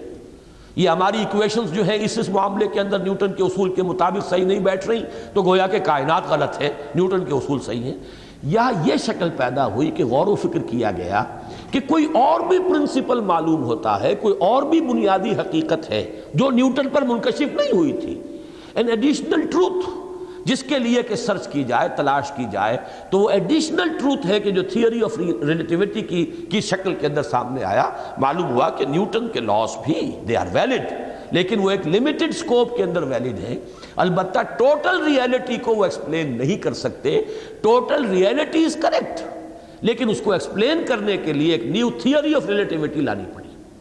اسی کو سمجھیے, میں سمجھتا ہوں کہ یہ کوئی ایسی بات نہیں ہے انہونی بات. جیسے کہ سائنس کے بہت سے فینومینا ہیں جو جب قرآن مجید میں ریفر کیے گئے تو اس وقت صحابہ کرام انہیں نہیں سمجھ سکتے تھے, اس لیے کہ سائنس کی معلومات اس وقت اتنی تھی نہیں, تو اس میں کوئی حرج کی بات نہیں ہے. قرآن کتاب ہدایت ہے, ہدایت انہوں نے سمجھی اور پوری سمجھی, اور قرآن کا عملی پہلو محمد الرسول اللہ صلی اللہ علیہ وسلم نے اپنی پریکٹیکل اگزامپل سے واضح کر دیا, اسی کو پکڑنا ہے. عضو علیہ بالنواجذ, مضبوطی کے ساتھ دانتوں کے ساتھ پکڑنا ہے. علیکم بسنتی وسنت الخلفاء الراشدین المہدیین. لیکن یہ ہے کہ قرآن مجید میں سائنٹیفک فینومینا کا جو تذکرہ ہے اس کے اعتبار سے وہ آیت ہمارے لیے رہنما رہے گی ہمیشہ کے لیے کہ سنوریہم آیاتنا فی الآفاق وفی انفسہم حتی یتبین لہم انہ الحق. اس اعتبار سے اگر مورس بکائی نے یہ کام کیا کہ کتاب لکھی کہ اب تک جتنی بھی سائنٹیفک انوینشنز ہوئی ہیں یا سائنٹیفک ڈسکوریز ہوئی ہیں, جو بھی حقائق دریافت ہوئے ہیں, ان میں سے کوئی چیز ایسی نہیں ہے جس نے جو قرآن مجید سے کہیں ٹکراتی ہو.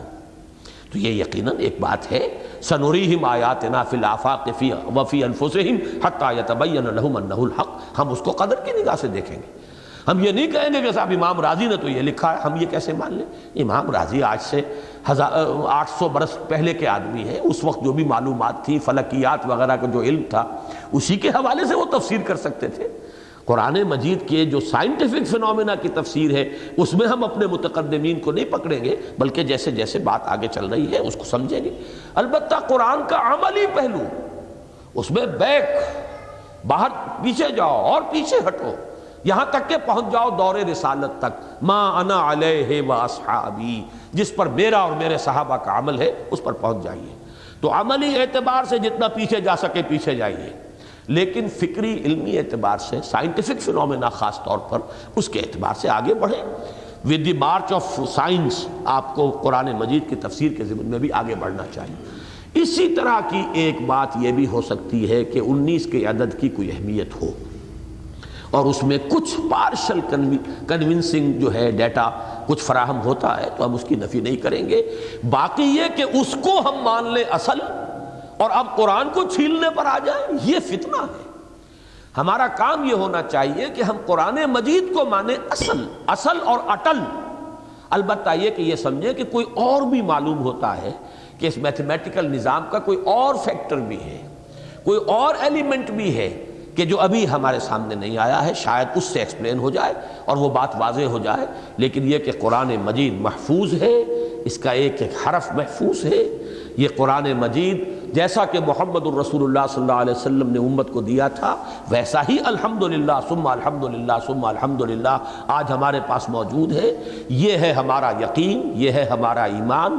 اس میں ذرا تزلزل ہو جائے تو ایمان ہی ختم ہو جاتا ہے، اسلام کی بنیاد ڈھہ جاتی ہے۔ اصل یہ ہے، اصل کوئی میتھمیٹکس نہیں ہے، اصل کوئی سائنس نہیں ہے، وہ تو اصل تو یہ ہے، جیسا کہ میں نے بارہا کہا کہ 7 سماوات کی ابھی ہمیں خبر نہیں ہے۔